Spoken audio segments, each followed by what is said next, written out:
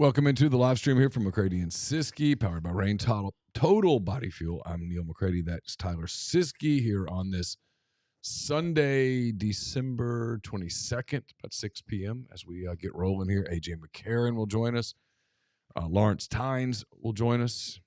We got a professional golfer joining us. Dude, my guy. I mean, we're fired up. You got to ask him some hard-nosed golf questions. I got some real hard-hitting golf questions coming his way. I got all kinds of stuff. I'm deeply intrigued about the life of a professional golfer, and he's really good. We actually have a PGA Tour winner. He won the Valspar last year. There you go. And was in the Masters, was in all the majors, but I got a chance to see him up close and personal at St. Jude's. He dapped my son up, and then all of a sudden, just randomly, he watches our show. There you go. Follows the show. No diddy, slid into his DMs and said, "Hey, there you go. Would you like to come on the show? Love it. Let's go." That's the safe version of sliding in the DMs. Yes, yeah. That's the PG version. All right, so we'll get rolling here. AJ's about to join us. We'll be with you guys for a little while. We'll see what happens and go from there. Merry Christmas to everybody. Merry Christmas. In the event that we forget to say that. Merry Christmas. Happy New Year to everyone. This will be our final show of 2024. We got to do some reminiscing, man. We've come a long way in 2024. We have come a long way in 2024. Compared to this time last year. So we'll get rolling. Thanks, everybody, being with us. Hope you're having a great Sunday evening. And, get rolling. Here we go. Let's do it. Oh, I forgot to. Damn it. Okay, go ahead. I'll make sound up. Welcome into a Christmas and New Year's edition of McCready and Siskey, powered by Rain Total Body Fuel. I'm Neal McCready, joined on the show by Tyler Siskey here on this Sunday, December the 22nd. We've got some NBA going, got some NFL going. Hope everybody's having a great Sunday evening. Hope everyone out there has an incredibly Merry Christmas, Happy New Year. If you're traveling, please be safe. And we wish nothing but the best to all of you, your families, as you celebrate this holiday season and prepare to get ready for 2025. This podcast tonight is brought to you by the same people who've brought to you 248 podcasts now. Rain Total Body Fuel, 300 milligrams of natural caffeine, BCAAs, electrolytes, zero sugar. It's got what you need to push the limits and achieve your goals. So check them out on Instagram at Rain Body Fuel to learn more. While Tyler's telling you about some other things, I'll get AJ queued up. Scoops, the Cooper Chevrolet chat is already bumping. It's going to be a fun day today. We will be crushing the chat with all of our guests. I'll be peeping in there. And look, when the Cooper Chevrolet chat is bumping, if you get questions for our guests, fire away. I will try to monitor that as good as I can and bring up some good questions to them as we go. But remind everybody, there is just 2 shopping days left, and you can get into a brand new, huge red tag deal at Cooper Chevrolet. You can get financing as low as 0% APR on new Buick and GMC, plus huge markdowns on over 100 pre-owned. They'll be closed Christmas Eve and Christmas Day, so technically you got 1 shopping day left. So make sure tomorrow, if you're looking to get that big time car or truck, call our friends at Cooper Chevrolet at area code 256-236-4481. Scoops, we've been brought to you by the Ghost, or turning out the lights. The Ghost and Machine have turned out the lights. We've been brought to you by our good friends at PTG Outdoors. Brandon's been awesome, has come on board. We'll be re-upping starting in January. We're excited for that. We've got some new stuff coming for you there.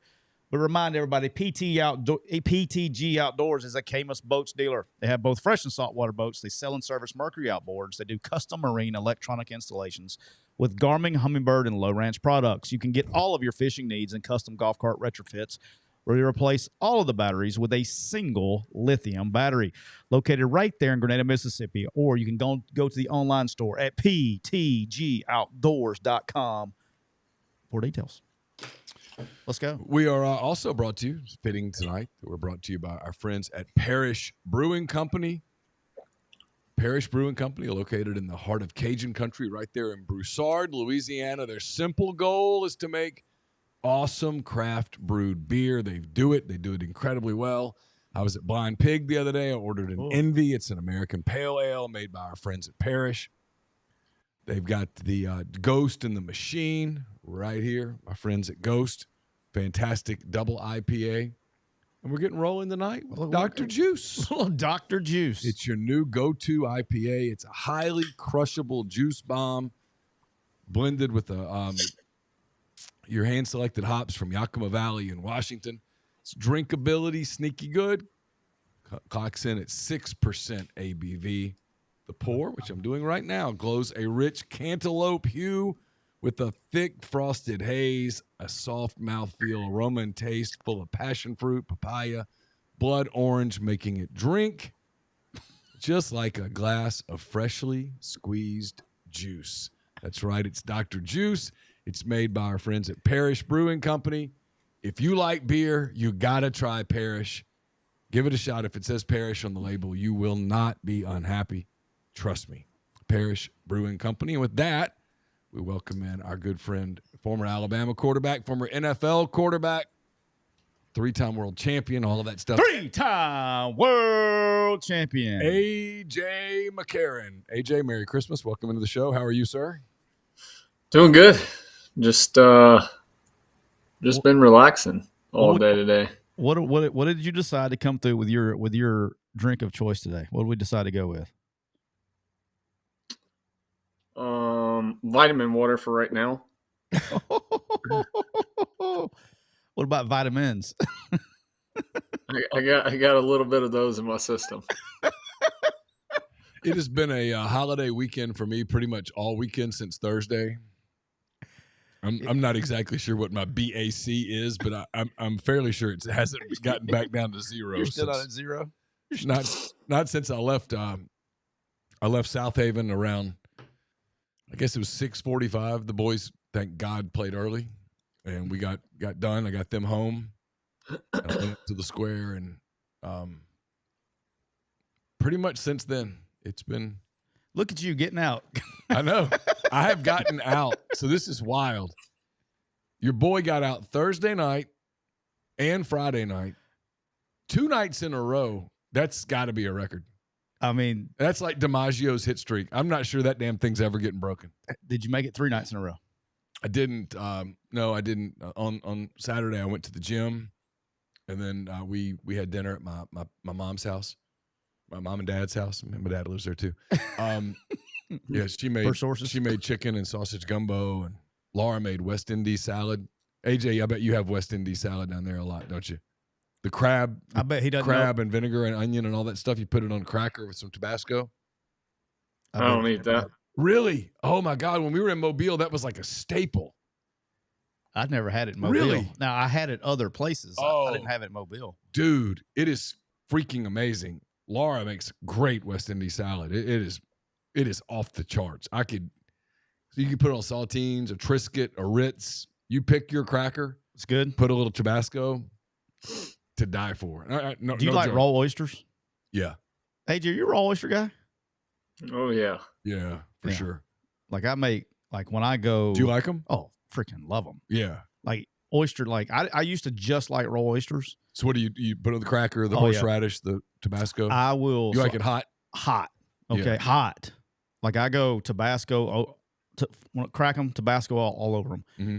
I asked the waitress to bring out extra horseradish, and I put just a little bit of ketchup. Like I make my own cocktail sauce. Yeah. I call it Cisco sauce. It's pink. It's not. So it's mostly horseradish. Mostly horseradish. Yeah. And I put that on a cracker and crush it. Yeah. I love raw oysters. Oh. Fried oysters, char-grilled oysters. It's oyster season too, isn't it? You get some good ones right now. Months that end in R. Yeah, I've had a couple recently from a couple of different restaurants. They've all been great. My man AJ lives by the bayou. He's not very far. Where they really do it. Yeah, the Murder Point oysters, as GJG says, are the GOAT. They're really good. I had some of those. What is that? Murder Point is, so you get them from different locations. Oh, I didn't know. So like the more, I might be wrong on this, the more up the Atlantic coast you go, they begin to sort of change in taste. They become a little more. All right, I might get this wrong, but if I'm there and someone can walk me through it, I understand it. The further you go up the coast, the more they become kind of minerally, not in a bad way. Just they taste a little different. They're not quite as they're a little different. I think they're bigger too on the East Coast than they are down south. Is that right? Or vice versa. I think you're right. I think they're a little bigger, and then as you go into the Gulf, sometimes depending on the season, they're a little smaller. Yeah. No idea. Yeah. I'm learning something new. Texture's a little different. Yeah. I think some have like more, I don't know if you would call it muscle to it, but so it's thicker than like the ones down south to me are usually like more thinner. They could be large in size, but they're thinner. Damn, I had no idea. All right, before Taylor gets on here, while it's us, we'll go ahead and knock this out and get everybody nice and pissed off today. Let's talk about the college football playoff games. I don't really have wasn't really Notre Dame beat Indiana 27-17 Friday night. Had a good time. By the way, had a buddy come over, and I smoked went to Greg's. Go see Greg at LB Meat Market. LB's Meat Market, 2008 University Avenue in Oxford.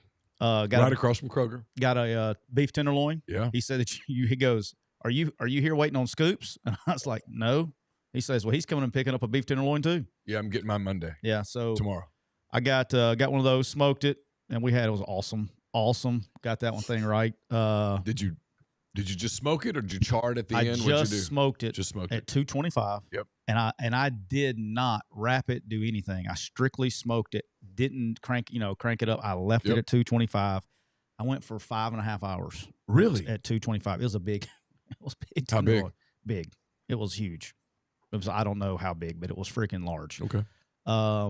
And I wait till internal temp gets to, because I like mine medium. So I left it go to pulled it at 138. Okay. So it rested to about 143. 143, 144. Uh-huh. Yeah. That was it, man. I didn't want to get over 145. Look at you, boy. Look at you, boy. We do beef tenderloin at Christmas, and it's kind of complicated because there's people in, like my mother likes hers kind of almost medium well to medium, almost to well. And Laura likes it where the cow is still fighting for its life. That's an interesting job you got to do. That is hard to do. I mean, that is really hard to do. Cut it in half and cut it in half and smoke half of it. You kind of do. Yeah, you kind of do some of that. It's, that's complicated. How you feeling over there, AJ? I'm great. Those eyes are glassy over there. AJ looks like he's been popping gummies. It's the light. It's the light off the screen. Yeah, sure. That's what I was referring to as the vitamins a minute ago. Oh, okay. Makes sense now. I got it. Look at it. Yeah. AJ's gonna be. What you drinking over there? He's just gonna be crushing pizza in a minute. Yeah. He's gonna be going. This pepperoni is amazing. All right. Before Taylor gets in here, we got Notre Dame 27, Indiana 17. First of all, just general thoughts on the college football playoff in general. I was completely, I was really fired up. I thought we were going to have a good weekend of football, and it was still interesting, but like not really. Like, I mean, just complete ass kickings. All four home teams win. All four favorites cover. There was really, it was almost like the same exact story, different game, all four games, and that was basically how the line of scrimmage was treated.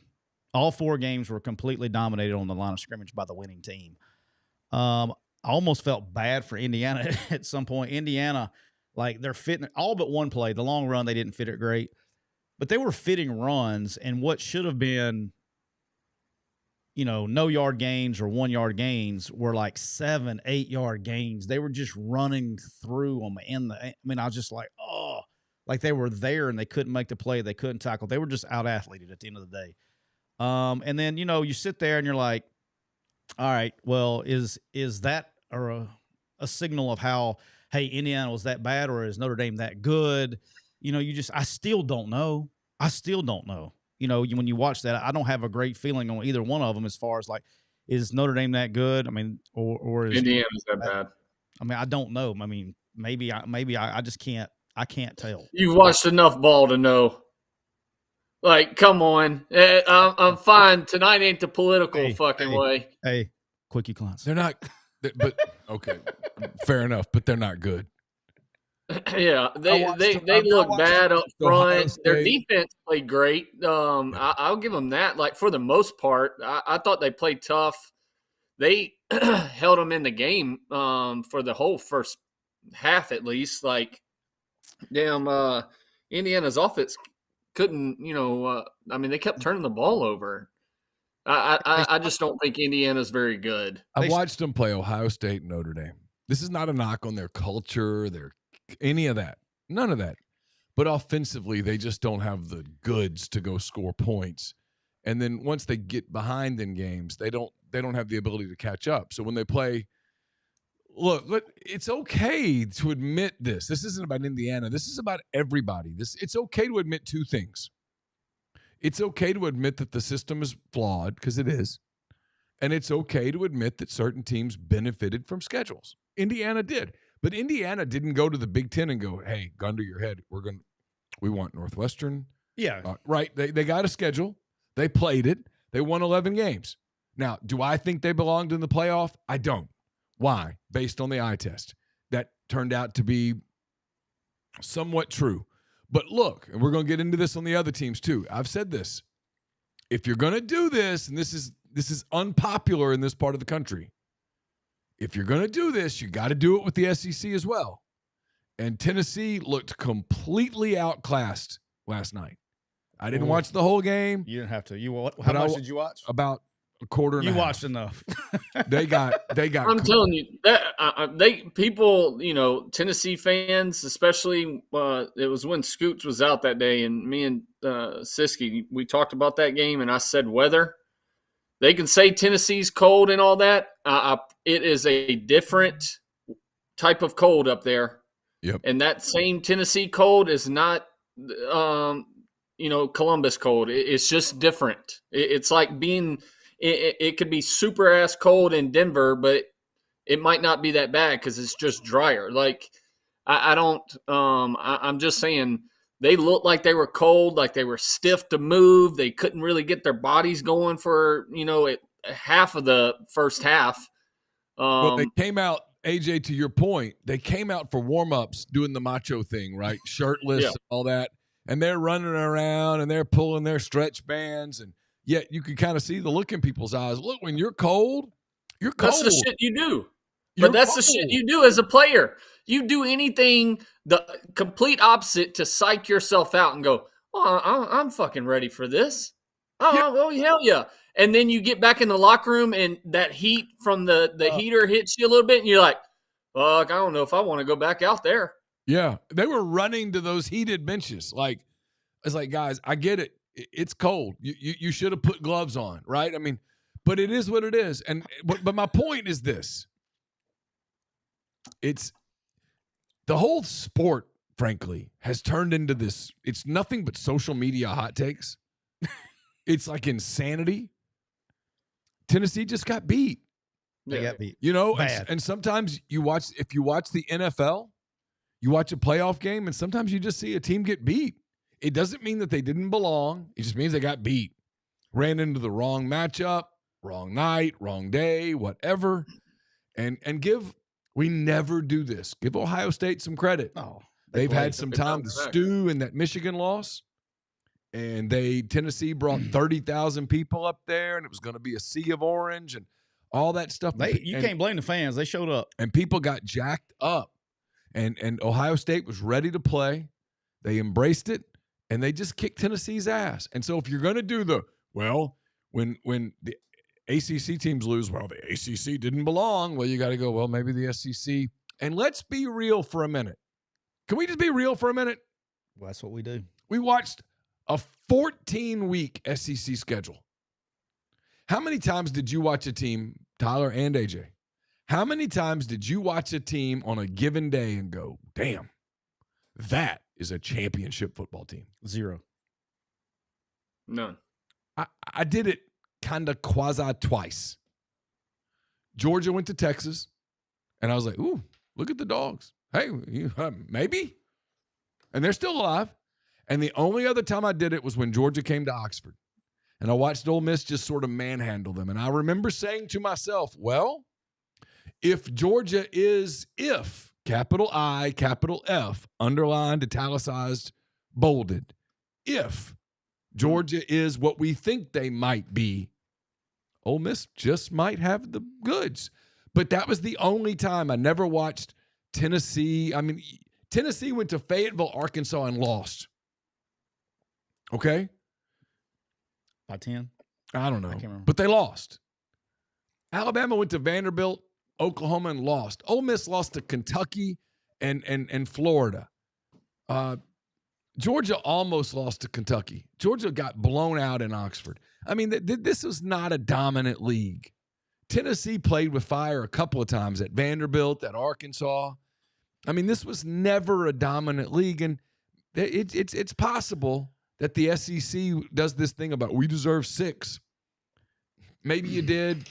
Maybe you didn't. I don't know. We're never going to know, right? It just kind of was what it was. All right, so here I got a few questions. One is when you said how many teams, championships teams I saw, 0 is the answer to me, and it's not somebody's going to win it, right? But to me, the definition of being a championship team is consistency and performance. Yeah. Okay, I didn't see a single team in the SEC that was consistent in their performance. The only one that you can argue me about is probably Oregon, but like they're same kind of deal. I mean, they're undefeated, so you have to say that. But I'm not just completely sold on them either. All right, here's my question. I want to pose to both of you guys. I was thinking about this. So everybody that's arguing about Indiana, all right, I will say this: as long as there's an 11-1 team in the Big Ten or 11-1 team in the SEC, I would be shocked if they ever get left out of the playoff. I would be personally shocked. Yeah. Not saying it's not going to happen, but I'd be shocked. I agree. All right, with that being said, is the problem, everybody talks about strength of schedule. See, I disagree with that. I don't think the problem is with the strength of schedule. I don't think fans have a problem with strength of schedule. I think the fans have a problem with who they're arguing about. If it was Ohio State and they had the exact same schedule as Indiana, would anybody be bitching that Ohio State got in? No. If Alabama had the same schedule as Indiana and they got in the playoff, would anybody be bitching that they got in the playoff? Well, they'd be wondering how Alabama got to play at that 11-1 in the SEC. A weak-ass Big Ten schedule, but no, to your point, no. I think it's a blue blood thing. People are pissed off because the blue bloods got left out with a tougher schedule. Texas played a weak schedule, and nobody said a word. Nobody said a word, right? They played a weak schedule. So I mean, I don't think the argument. I mean, for me, there wouldn't be an argument on Indiana shouldn't be in the playoffs. I'm fine with them making the playoffs. I still think Indiana could beat Boise. I still think Indiana could beat SMU. I still think Indiana possibly could give Clemson a run for its money. Like, I mean, there's multiple teams in there. I think so. I'm not arguing against Indiana. But we're gonna have this. We're gonna have this every year, though. When we go to the Big Ten's going to 18 teams and the SEC's going to 16, just by until not doing divisions, there's going to be a team every year out of those two leagues that benefits from the schedule, and we're going to be doing this every year. You know what I mean? Yeah, but there'll be one or two that benefit from the SEC schedule as well. That's what SEC and Big Ten both, because of 18 and 16 teams. Yeah, like I mean, problem. I think. Listen, the biggest gripe. I mean, you can sit there and watch and just tell they didn't belong. Was SMU. Now, do they deserve to be there? Yes, they deserve to be there. I think more than anybody else, because guess what? They played their people on the schedule. They won for the most part. They had more wins than the other teams behind them. That's part of it. Like, I do they belong? Should they be there? No. But did they deserve to be there? Yes. And that's the tough part. Like, I didn't think they were any good. Poor, what's the quarterback's name? Jennings. Yeah.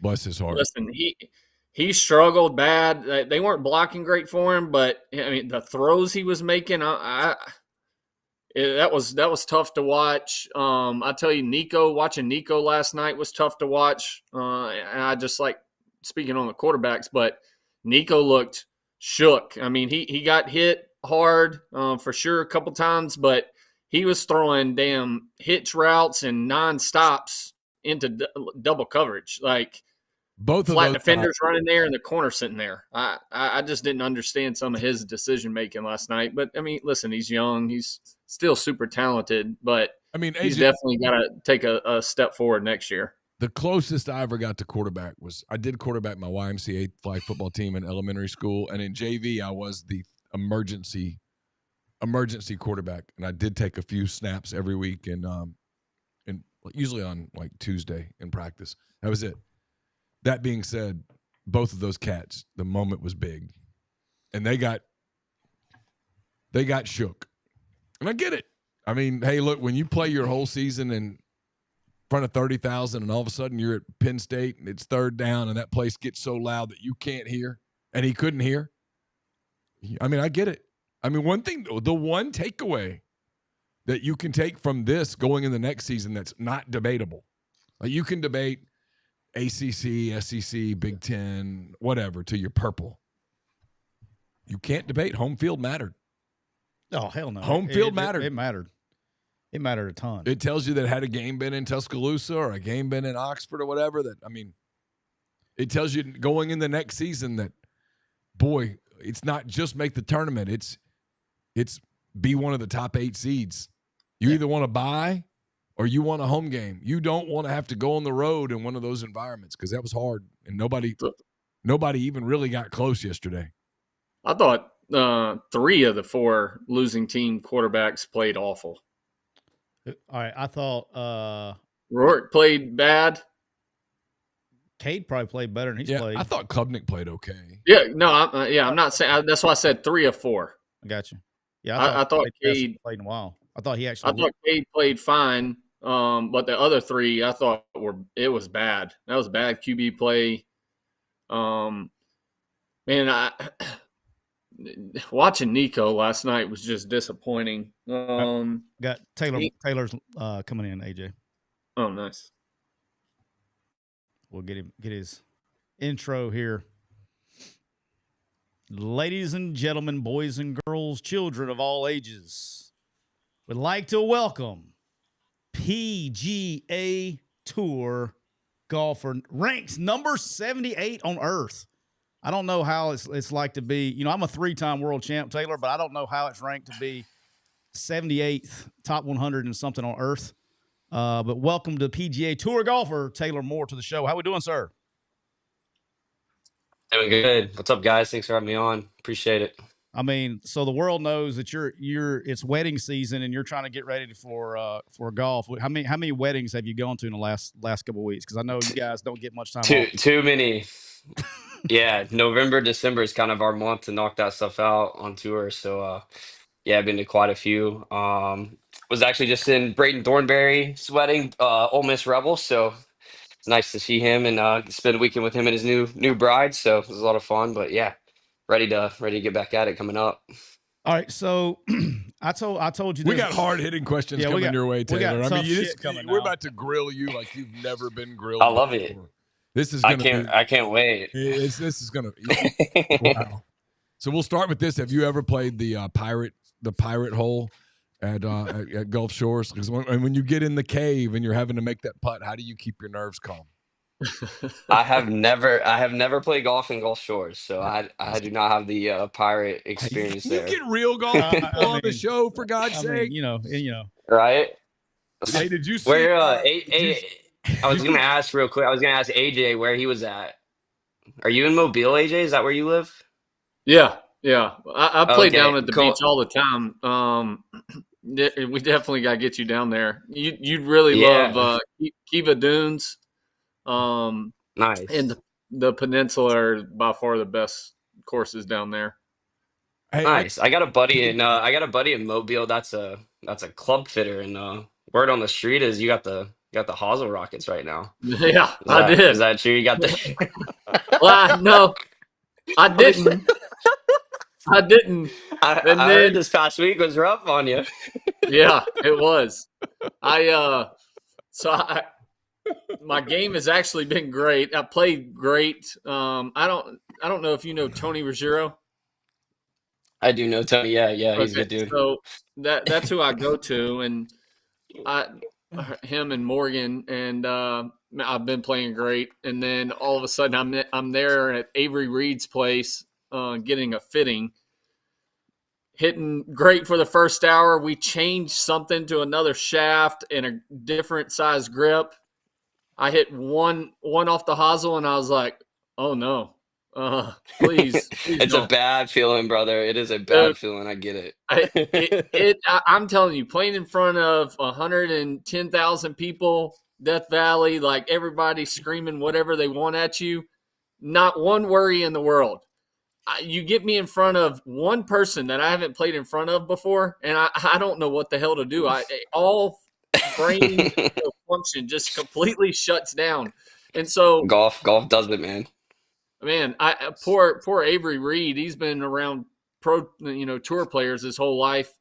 And for the next 15 shots after that one, they were all off the hosel. And I just turned to him. I said, "I'm sorry. We got to end this session. I got to go home. I can't do this Oh my anymore." gosh. That's And, so funny. and his wife, just so you know, his wife was launching. AJ goes and starts dropping buckets out and turns his lights on in his backyard. He's got a football field in his backyard. He turns the lights on. They start hitting, and his wife starts launching. She got clubs, and she starts launching, and she started talking shit to AJ. So that was great. That's awesome. That made my week. Yeah. You'd text him. I bet he's hit 10,000. He's a perfectionist now. AJ can't have I love it. on anything, so he probably hit 5,000 balls this week. So I'm surprised. That's so good. I gotta tell you, Taylor, I'm shocked that Tyler did not walk in here today and say, "Did you see Charlie Woods?" I didn't bring it up. I with hadn't the brought it ace? up. Yeah, that's sweet. Yeah. I saw that driving home. Yeah. Yeah. Hole in one. Yeah, I did watch. I watched the PNC got a TV. Oh, you got the hanger. You're dialed. Dude, There you go. I have been working on nothing but just bowing this wrist. I've been up That's here so all good. day working. I haven't been down. I don't even know if my kids are okay, like what's going on down there. But I'm sure my wife has them, and they're doing just fine. That's so good. All right, so I got a couple questions for you. Get some stuff. I'm just curious. I'm fired up that you're on here. I got stuff that I've always wondered about the tour and about professional golfers, and that probably is not out there a lot. I mean, I know some of it, but I'm just curious to get your take on it. So, when you first started on tour, so you went to Arkansas, you started out on the Corn Ferry Tour, and then now you're obviously on the PGA Tour. Winner at Valspar, by the way. Thank you very much. By the way, I hit Woo Pig. He was on my fantasy team that week, DraftKings Fantasy. We got nice DraftKings Fantasy as we go through here. There we go. You're a staple on that with strokes gained off the tee is what my man's good off of. I'm an analytical guy. All right, so when you first get on tour, like obviously the logistics and travel's very expensive. Do you have to get sponsors before you start on that journey, or is that something you just you save up and you come out of pocket? I mean, because it's hella expensive every week, and obviously, you eat what you kill on the PGA Tour, and so if you don't make the cut, you don't get paid. So, how is that when you're trying to start off a golf, being a professional golfer? How does that work? Sure, yeah, that's a great question. It's kind of case by case. It's a little different for everybody, but I would say majority of the guys coming out of school have some sort of sponsorship, either through a donor at the university, a family friend, or through the equipment companies. So you'll get some sort of like signing bonus, turning pro, if they deem that they feel like you're going to be good enough to play the game at the next level. And so that's kind of how you get started. And yeah, we pay for everything, as you guys might imagine. I mean, everything's on our own dime, so we're paying for hotel, rental car, food, caddies, coaches, everything's coming out of our pocket. As we work our way up to the PGA Tour. Do you book all that, or do you have somebody that does all that for you? I had a agency I signed with, Octagon, out of school, and they had a travel person that handled all my stuff, which helped a lot just to keep everything obviously in line. And if something were to happen, when I was playing or practicing, they were kind of on top of things. So I had some help initially. And then actually in the last year and a half, I started my own kind of sports management deal with a buddy of mine. And now my fiance does all my travel, so she's knocking all that stuff out for us and booking hotels and getting cars lined up and all flights and everything. So just another thing kind of take off my plate, which helps. So I can just go out and play golf and compete. You're getting ready to obviously start the run here in January. What's going to be your first event in January? I'll start up at the Sony Open. It'll be the second event on the schedule. So Sony Open in Hawaii will be my first one, and then I'll play. Yeah, I'll play 5 weeks in a row starting out. Yeah, I'll be there. I'll be there for the pro-am there in Hawaii for the. Oh, will you? Oh yeah. Cool. That's awesome. I'm going to stay. You'll do great. I was thinking about trying to hit the Monday qualifier. Good for you. That damn ball would be in the fucking water more than anywhere else with him hitting a driver. No, water's on the That's left. why they have the Thursday pre-qualifier to weed some guys out. Yeah. All right. Listen, I know I wanted to see what you thought about this. So I know Sean Foley, like I've watched him talk. Yeah.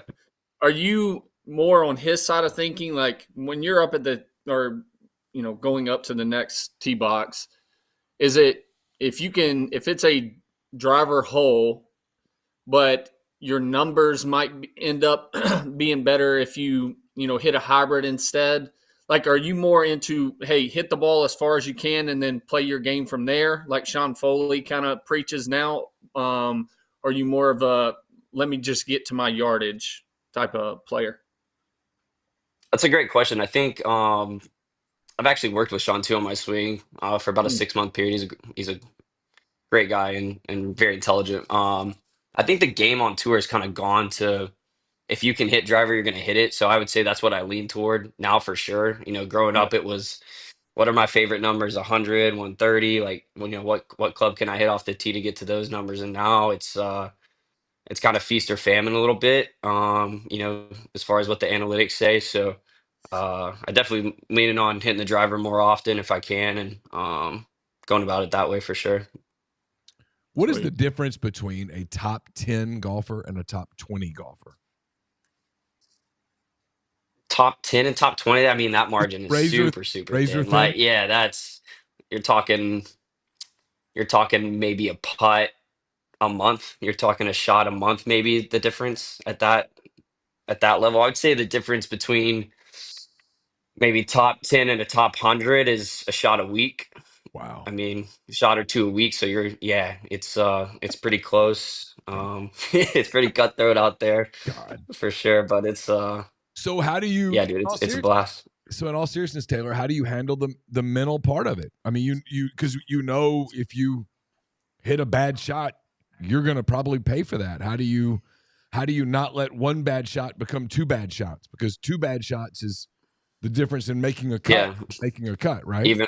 Even worse, right? Yeah, it's been a work in progress. I think that's kind of like the mental buildup and mental makeup that a lot of elite players and a lot of elite athletes have is being able to go to that next shot, that next situation, and attack it to the best of your ability, and not let what's already happened kind of dictate what you're going to do moving forward, and really try to bring that mindset, to the golf course and to tournament play as much as possible. So you're going to make it, you're going to hit some bad shots. You're going to be out of position. And I think trying to minimize in golf specifically, obviously, you're just trying to minimize the damage when you are out of play, and learning how to do that properly, like at the highest level is a big piece of the puzzle.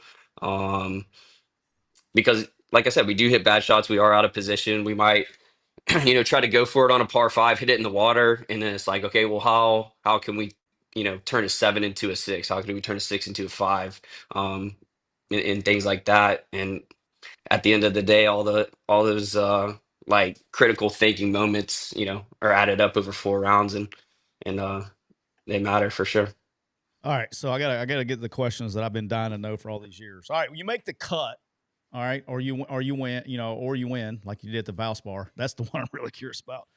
All right, when you get the big check, okay, when you get the check, you've won on Sunday. The final putt goes through. You sign your scorecard. When does the check hit the bank account? That happens the following Wednesday. So I learned that it was actually on Corn Ferry Tour, because the PGA Tour system's the same for all of their their tour. So yeah, we call it Wire Wednesday. It happens the following Wednesday. So yeah. Do they take The taxes? one Just dump it. they do not take taxes. So the old financial team does that, and I was pretty lucky to win my first one in Florida versus some of the other spots we go Good to. point. Good point. Yeah, so it's state by state. I'm not sure how is that how it works for like game checks and stuff for Yeah. NFL? Is it state by state? Yeah. Yep. Yes. So it's public knowledge, but he hit for a little bit over 1.4 right there at the old Valspar. Mm. Nice Yeah, that was a nice one. Wednesday. Nice little Wednesday. Nice little Wednesday. Yeah, that was actually, to be honest with you, that was the first one that I was like actually checking my account because but I was like, I got to see this one come through. What's So that was moment, cool. What's that moment like to win a tour event? Man, it was pretty awesome. It was. I knew I was in contention, like on the back nine there at Valspar, and to be able to get it done and have a couple, up and downs coming in and make a 6-footer on 18 to. I thought I was going to be in a playoff, to be honest with you, but ended up being one good enough. So it was, yeah, it was pretty cool.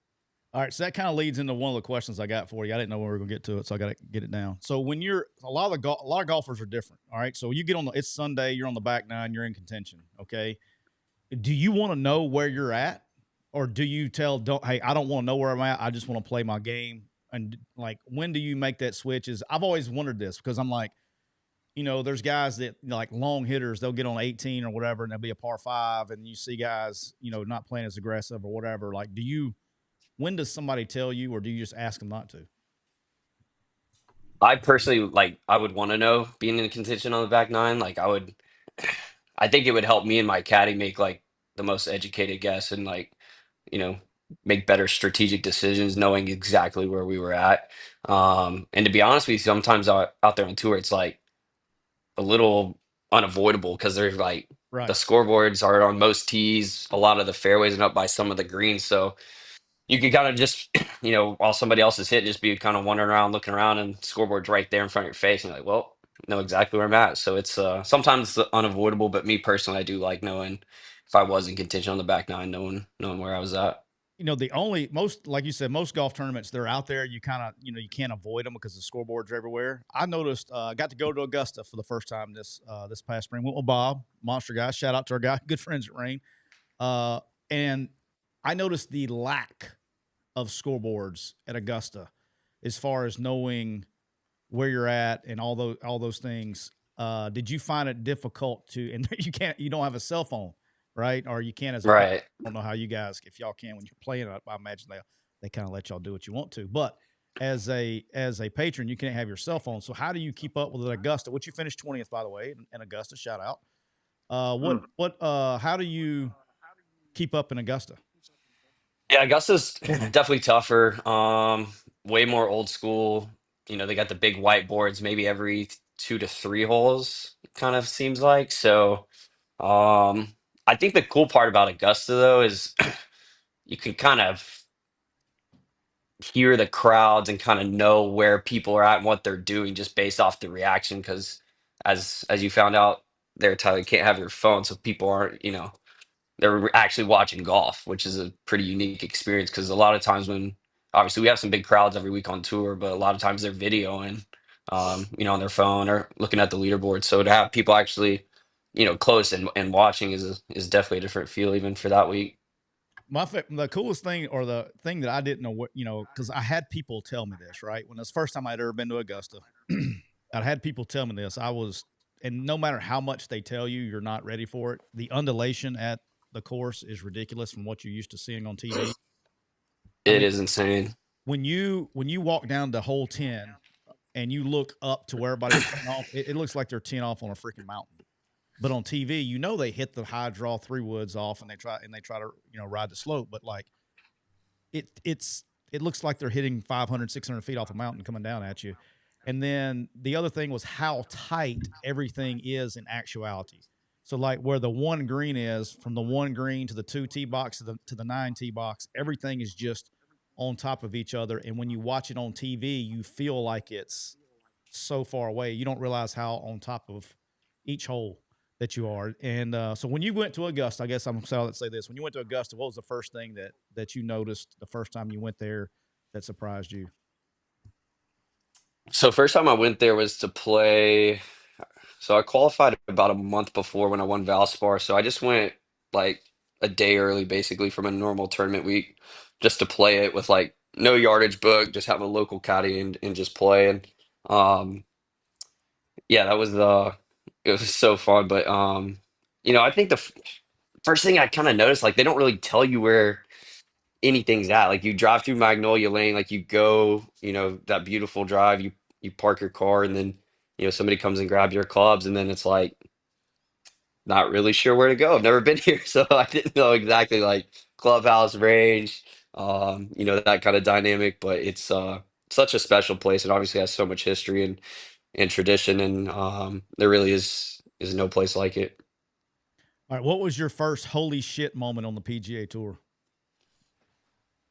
I think bumping into Tiger at Riviera, the tournament he hosted my rookie year. So I played the fall off the Corn Ferry. So I played like 6 or 7 events in the fall of 21, and then we were on the West Coast starting out the 22 year, but I think it was still the same season. But anyway, I kind of bumped into Tiger, in the locker room. I'm like, fuck, he's a lot bigger than I thought. Like this dude's like he's kind of jacked, like torso. And anyways, my first time seeing him up close, and um, that was pretty cool moment for me, just watching obviously so much of his golf, just like we all had growing up, but actually seeing him up close for the first time, and then seeing him on the range, like getting ready and competing and prepping as he does was pretty cool. Does that ever become commonplace, or is there still a little part of you that's the kid growing up on a golf course that's seeing these guys that you watched on TV and stuff, and suddenly they're there in the flesh, and I mean, you're competing against them, but they're still that guy, right? Like I hear baseball guys like talk about this, like they were 10 years old and they were watching a guy when he was 23, 24, and suddenly they're in the bigs at 20, and this guy's in his 30s. And he's this, Right. in their eyes, he's this legend, and you got to get him out, or whatever. And it's they have to kind of overcome the fact that, all right, he's not my childhood hero anymore. He's this guy I got to get out, or I've got to get a hit off of, or Yeah. whatnot. Sure. I think, if he would probably be the only guy, just because I haven't played a competitive round with him. I think it would be different if like we actually were to go tee it up and have to go compete. But yeah, I still have that kind of obviously childlike idol toward him, but I haven't like played around with him. Some of the other guys, um, that I watched on TV growing up, maybe not, they're not like Dustin Johnson, for instance, like him, and like even John Rahm, some of those guys that we played with that have moved on to live or whatever, but just actually getting to play with them, I think kind of takes that out. And like when the gun goes off, like me and my caddy are just obviously trying to do our job and do what we do, and they're doing the same with theirs. So I think it would help out a little bit potentially. All right, Hang on, Siskey. I got 2 questions, like push the limit questions. What was the vibe on tour when Scotty got arrested? Dude, I just that got to was know, an because like insane- it's different when you hear it in the NFL. It's like, yeah. oh shit, he got arrested last night. Like, Yeah, it happens. shocker. Tyreek Hill got arrested today. Shocker. God, it's like that Georgia offseason, man. They had a tough one every other week. There is Yeah, a no, that Scotty day was insane, man. I just remember, so they were calling for weather the night before, so we all knew like we were probably gonna have some delays the following day with tee times and stuff. And so we get a text notification when our tee time's delayed, and I get the text like, "Hey, your tee time's an hour and a half delayed," and then we get a follow-up text saying, "Hey, there's been a serious accident near the entrance of the clubhouse. We'll update you like later on about your tee time." I'm like, that's weird. So I hop on Twitter and I start scrolling, and like the first thing I see is Scotty in handcuffs, and I'm like, my heart drops. I'm like, did Scotty like cause this act? Like they were 2 separate incidents. right. Yes, yeah. So they're like 2 separate incidents, but I thought Scotty was involved in that act, and I was like, oh my gosh. But that day was Yeah, that was insane. Obviously, knowing now there's a big misunderstanding, and there was I mean, yeah, that whole situation was crazy. But I thought it was even more absurd. He got out of jail as quick as he did to make his tee time. Yeah. That was insane. You see him on ESPN like an hour and 20 minutes before his time, and I'm like, he ain't getting out of there. Like they don't give a shit who he is, Scotty Sheffer or whatever. He's got to go through the process, right? But um, yeah, it was a pretty insane day for us on tour for sure. That was the PGA, right? Yeah. That was the Yeah. PGA. Yeah, PGA Championship. Yeah, So you finished 12th in that tournament, right? I did. So Yep. you were secretly hoping that he could have stayed. He could have stayed in just a Get little out. longer, just a little bit longer. Could have bumped. Yeah, it up I mean, a he bit. was a tough one to beat this year, as everybody knows. So that would have definitely helped out. All right, So my other one is what's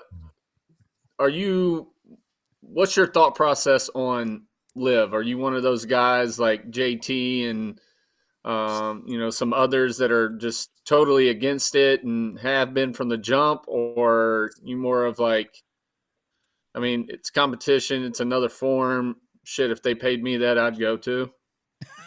No, you wouldn't. Yeah, dude, that's. I'd be over in Saudi Arabia playing golf in sand. I don't give a shit. 50 million. You're over there playing 3-day shotgun events, I'd do any podcast they want me to do over there for $50 million. I'm just right? going to put that out there right now in case somebody's watching. Hey, I think a lot of players would give you a similar answer. I think they really would. Yeah, I never understood why JT was just going against it nonstop, and I never asked him about that. I'll text him every once in a while. Hell, I need to hit him up because I want to go play his damn Panther National. Yeah, the place looks cool. Yeah, it does. Grant Horvat, I've seen, has played it a couple times. But yeah, dude, I just don't. I didn't ever really understand the hate that him and Rory and others were giving out at the beginning. It's like, dude, I understand you wanting to be loyal to the PGA, and like Siskey talks about it all the time, like coaches that played at a university to go back. There's only so much loyalty in that. And knowing, coming from the NFL and everything, like the NFL will act like they care about you and love you. Like there's no loyalty between the league or the organization. So, hey Taylor, I can go on record and say that anytime any running that you have with a Saudi PIF fund, if they're looking for a podcast sponsor, you got just the place. We'll be all about it. We will sports watch Change hell out of it. Change that quick U for a little PIF, no problem. Right. Yesterday. Yeah, I wouldn't even think about it. Well, yeah, no, and to answer your question though, AJ, like I think for me personally, I didn't blame like some of the players obviously initially for doing what they felt like was best for themselves, personally and probably financially, obviously, and then trying to better their families and their situation. I didn't necessarily blame, majority of those players for going and doing that for sure. And then that was my first basically 2 or 3 years on tour. It was just constantly every week, PGA Live, merger, no merger, this, that. Just like I just want to enjoy being on tour, playing new courses, competing with the best players in the world. Like that was what I always loved, about working my way up to the highest levels. So I think for me personally too, like I never have had an offer, never entertained an offer, so I don't really know the dynamics, fully of Live. But I think the media has created this narrative that we all strongly dislike all these guys for going to play a different kind of style of professional golf and take a bunch of money to do it. And it's like that's not necessarily the case, really at all. All right, you get one mulligan for your entire career, your entire PGA Tour career. You get one mulligan. Where are you dropping the ball? Damn, that's a good one. I would say this past year at the Houston Open, I finished T2 there, lost by a shot, played solid, but I think the shot that stands out was the par 5 16. I'm in the first cut, going for the green over water. We're between 5 and 6 iron, a little downwind off my right, and we go with 6. And I made a really good golf swing, like peered it right at the pin. It hits half a foot over the hazard line and comes back in the water. And I end up making 5 when I felt like I made 2 quality swings and probably should have made 4 at worst, where I don't necessarily want the swing back. I want the club selection back. And So you'd hit I the think if I 5 make instead 4, of I would hit the 5, yeah, because I think it goes probably past the pin, but there's some space back there and a grandstand, honestly, back there too. Where it's like if it gets long, I'm getting a drop from the grandstand and probably have a, at worst 68 footer, look for birdie if I hit a poor chip. With the swing that I made. So I think that's the one that kind of sticks out. Yeah, if you give me a 68 footer for birdie, I'm good all the time. So. You brought up something right there. I have a legitimate question. When you have the grandstands behind you, and I guess that now, I mean, that makes sense. I've always wondered that. Yeah, because you played with the grandstand so many times. No, I'm talking about the real guys. Oh, okay. Yeah, I'm talking about the real guys. You will purposely, a lot of times the guys purposely club up to knowing that they can't go long because they're going to get a free drop anyway if they go long. It does happen quite a bit, yeah, and it happens more so maybe if you're like in trouble and you kind of have that space to help you out, or that grandstand to help you out. So it definitely does happen. It definitely is in some of the conversations with the caddies and the thought processes for sure. All right, we're getting the good stuff here. Scoops is going to be all over this one. You are a huge Oklahoma City Thunder fan. Oh, how about that? All right, Boy, Taylor. Off to the hot start. Yeah, there we go. Is this the year they win it all with Chet injured? Is this the year, Taylor? I think, man, I would love to say yes. I mean, they've got off to a great start, but then it's like they got, waxed by the Bucks the other night in the NBA Cup game, which I don't know how y'all feel about it. It's kind of tough to watch with those floors. I mean, some of those courts are What did you take from just that? insane. But no,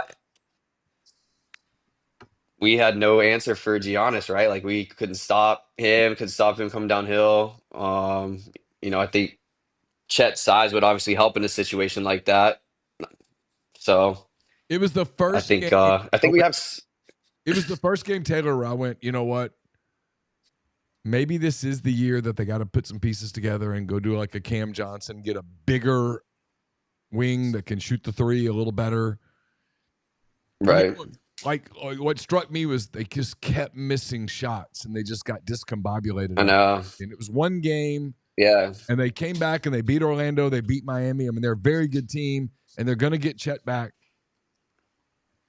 But it seemed in that game, I don't know what it was about. It was a stupid meaning. The game meant nothing. I mean, literally, like if you lose it, you just don't get the money. But it's not. It doesn't even count. But it was like, man, we are really dependent on Shea tonight. Like too much dependent on Shea. There was a funny feeling about no. You know what? If you think this is the year, you got to make the deal, and you're gonna have to put some pieces together and go to the for sure and go get another wing who's a little more dependable. And I don't know about you, but like I've gotten attached to some of these guys, because they've played on this team for so many years. And so you're like, no, I don't want to trade Aaron Wiggins and I don't want to trade Isaiah Joe and these pieces. But you're like, I know. But if you want to win, we got a couple Razorbacks on that team too that I would hate to see go. One of the Jalen Williams, and then obviously Isaiah, both Hogs. I would hate to see that happen, but like, yeah, I think it's up to like Presti too. Like, at what point do you package all the picks that you have to go get somebody to help you right now, right? Because you have so much young talent in SGA and Williams and Dort and some of those guys. So it's the golf analogy. I'm assuming sometimes like you're on the, you're in a tournament and hey, I've got a chance to win this, but to win it, I might have to be a little more aggressive than I'm comfortable being, understanding that sometimes that over-aggressiveness can backfire. Like you can hit the wrong shot and there goes your tournament. And you have to live with that for the rest of your career going, hey, maybe I was overly aggressive. Maybe we put too much into a trade and it bites you for years to come. But without making the deal, you had no shot. I don't know the answer yet. Look at there. You got you a new favorite PGA golfer. Hell now. yeah. Oh, I'm totally in. He's a Razorback, right? I mean, I'm accused. Hey, maybe we can get you two guys to call the Hogs together. I mean, Oh, only on my second. not on this show. Probably not. Yeah. I'd like. I need a football team to cheer for first before I get back to doing that. All right, so let me ask you this: what are your thoughts? Because you're cheering for a team where half the roster has left in the transfer portal. What are your thoughts? My God. Except for the one guy, he keeps coming back. Braylon Russell for today is a hog. Yeah. What are you for the transfer portal? Third time. I just wish the window would be different. Like, how is it not after the bowl games or the national championship? To me, it just doesn't make much sense. It's like dumb. if you're gonna have that and allow guys to go when I hate the timing of it. I think more than anything, not even like just for like the staffs too, for the coaches and what they're trying to do and the rosters they're trying to build with so much turnover. Like it has to be such a challenge. I feel like it's completely stupid. Period. End of the day. Now here's the thing. Yeah. I don't want to ruin your year and you and Scoop's year. You know, so Scoop sends all his money to Arkansas. Yep. You're being Arkansas. Just tell me how bad we're gonna be now, so I can prepare. All right, so this is pretty sourced. Okay. I would say very sourced, if you want to call it. Whatever, you can take that however you want to take it. With rev share coming in, you know, everybody knows that kind of the number is like 2.5. I will actually, I don't even know. Do you know the actual real number? 20.5 is like the rumored number. Do you know the real number? I mean, I just keep saying 20 because it's round. Sounds good, right? Yeah. All right, so what they're doing with rev share is every school is separating their percentages different, right? So every school is separating the percentages different. I know for a fact, you can call this extremely sourced, Arkansas is probably going to be one of the lowest football percentages in the SEC. They're going to give a ton to basketball and baseball, and then probably hit the reset button in 12 months. Yeah. Gotcha. I told you that. So can you change it? Can you divvy it up like on an annual Yeah. basis? How much you're getting? Yeah. Okay. Yeah, it's interesting. So I don't hate it. But at the same time, they're still will have more money than what they've had in the past. But you're just, when you compare the rest of the league, they're going to be less than the rest of the league because every team's going to separate their, like the average, right? What the NCAA model, they tell you, is 75% for football, 15% for men's basketball, 5% for women's basketball, then 5% for everything else. I think Arkansas can go a little bit less football, a little bit more men's basketball, a little bit more men's baseball. You know, so they're going to they're going to kind of split that up a little bit differently there. But I mean, does their basketball make more money than football? That's not the point. They're no. Right. I mean, they're probably. they're only doing it to get Pittman gone. Yeah, they are for now prioritizing other sports. Obviously, if they make a change, whoever the new coach is, right, is going to say, "Hey, we got to do this," and they'll either do it or they won't get that coach. Yeah. So I know. I mean, I get the point. I understand. I think doing something stupid like that is something that sets the program back for. I mean, it could mess it up for the next coach. Yeah. Like give them their money that they need to get to be successful. If it doesn't work out, at least it's not a whole new fucking plan the next year when we get a new coach and all of a sudden, oh, how are we sending this money? Like, what are we doing? You don't have any type of setup internally that you should. Like, give them their money. And if men's basketball is not bringing into the green, which I would highly doubt that, one of those places is bringing in green.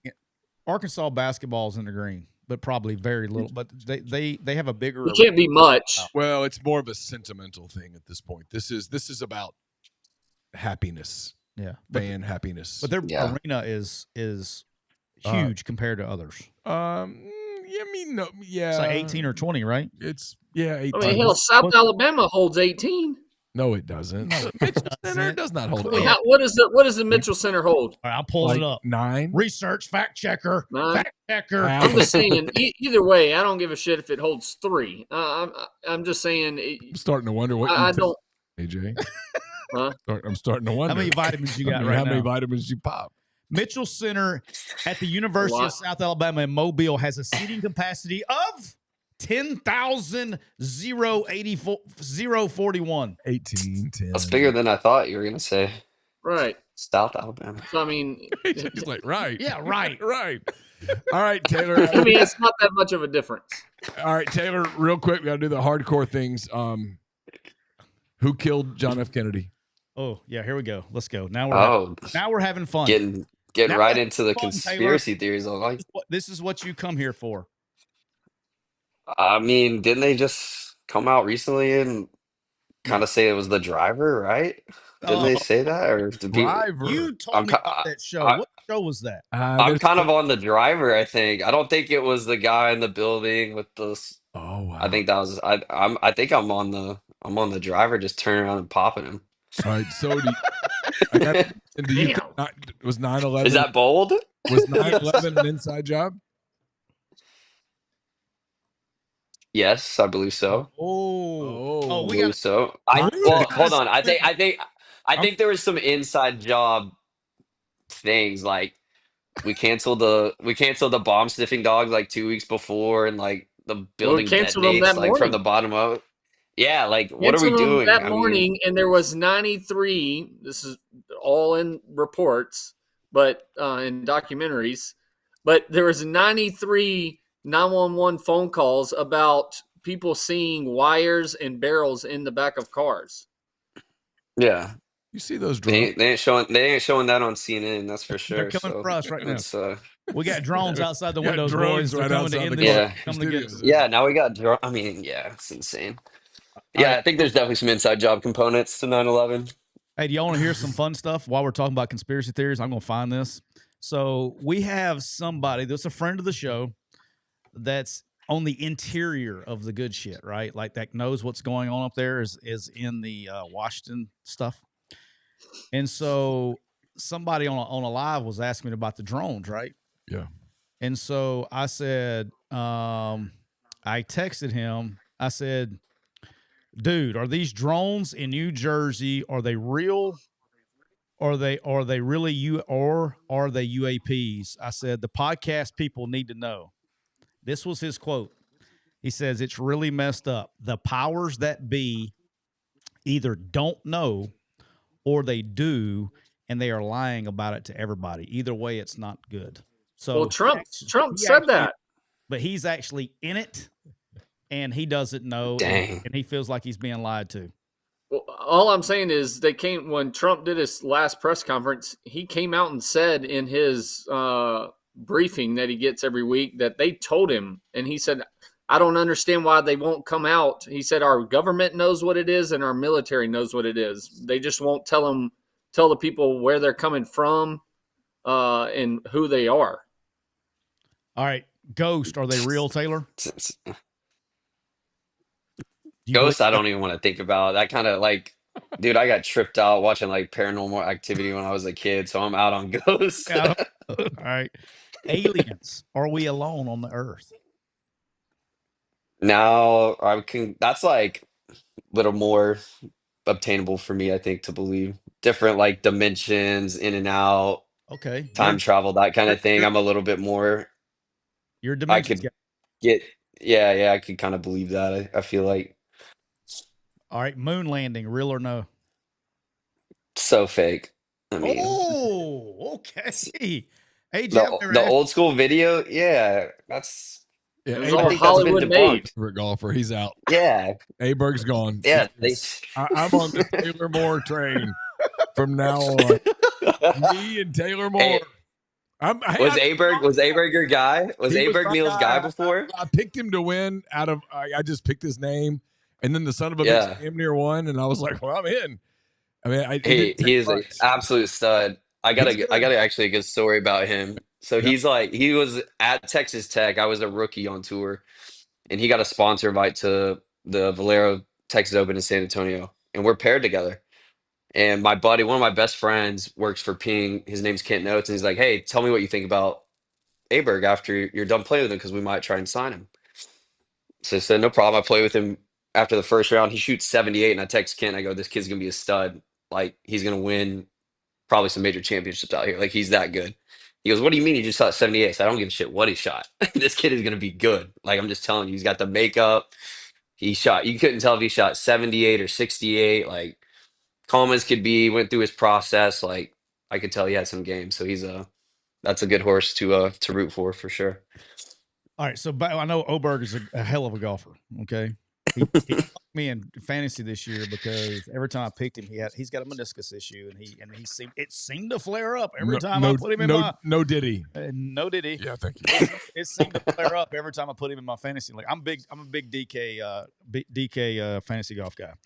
All right, so back to this moon thing. Back to this moon thing. This moon. Tyler's all in on the moon. Yeah, this is what we do. We get to do this twice a year. We get to do it draft night, and we get to do it now. So we get to really. Neal lets me go on conspiracy theories, and if you noticed, I've already been striked on TikTok, so I chunked the phone down. Oh, tonight? Yeah, it's off. I turned TikTok out. We were striking a long time ago. I think it was that I was drinking beer on the thing. They saw the Diet Millers. Oh yeah.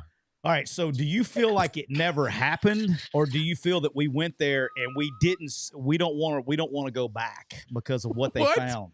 Oh, there's some shit going on. Stop it. I think there's shit there that they don't want. Like what? All right, so I think when they go to the dark side of the moon, the hidden tapes that came out, yeah, they've been hiding it. I think there's reason they haven't been back. Like do you believe in aliens?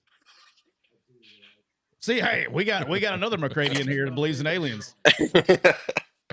I just think they faked the moon landing that they showed like the public on TVs back in the day. Like that to me was clearly filmed in the studio with some other have you seen like technology we have now to go like look at that video and say, I mean, yeah, totally shot in the studio.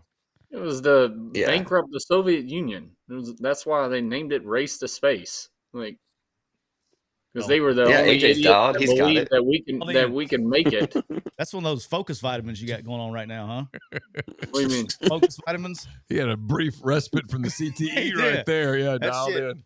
Those vitamins you're on, that's on a CTE eraser. Yeah. That's what those are. Those are CTE erasers. I needed some of those things. Send those in my house. Just don't mail them because that'd be a federal crime.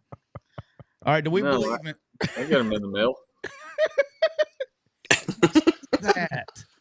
Don't say that. All right. Do we believe in time travel? Taylor? Time travel. Yes or no?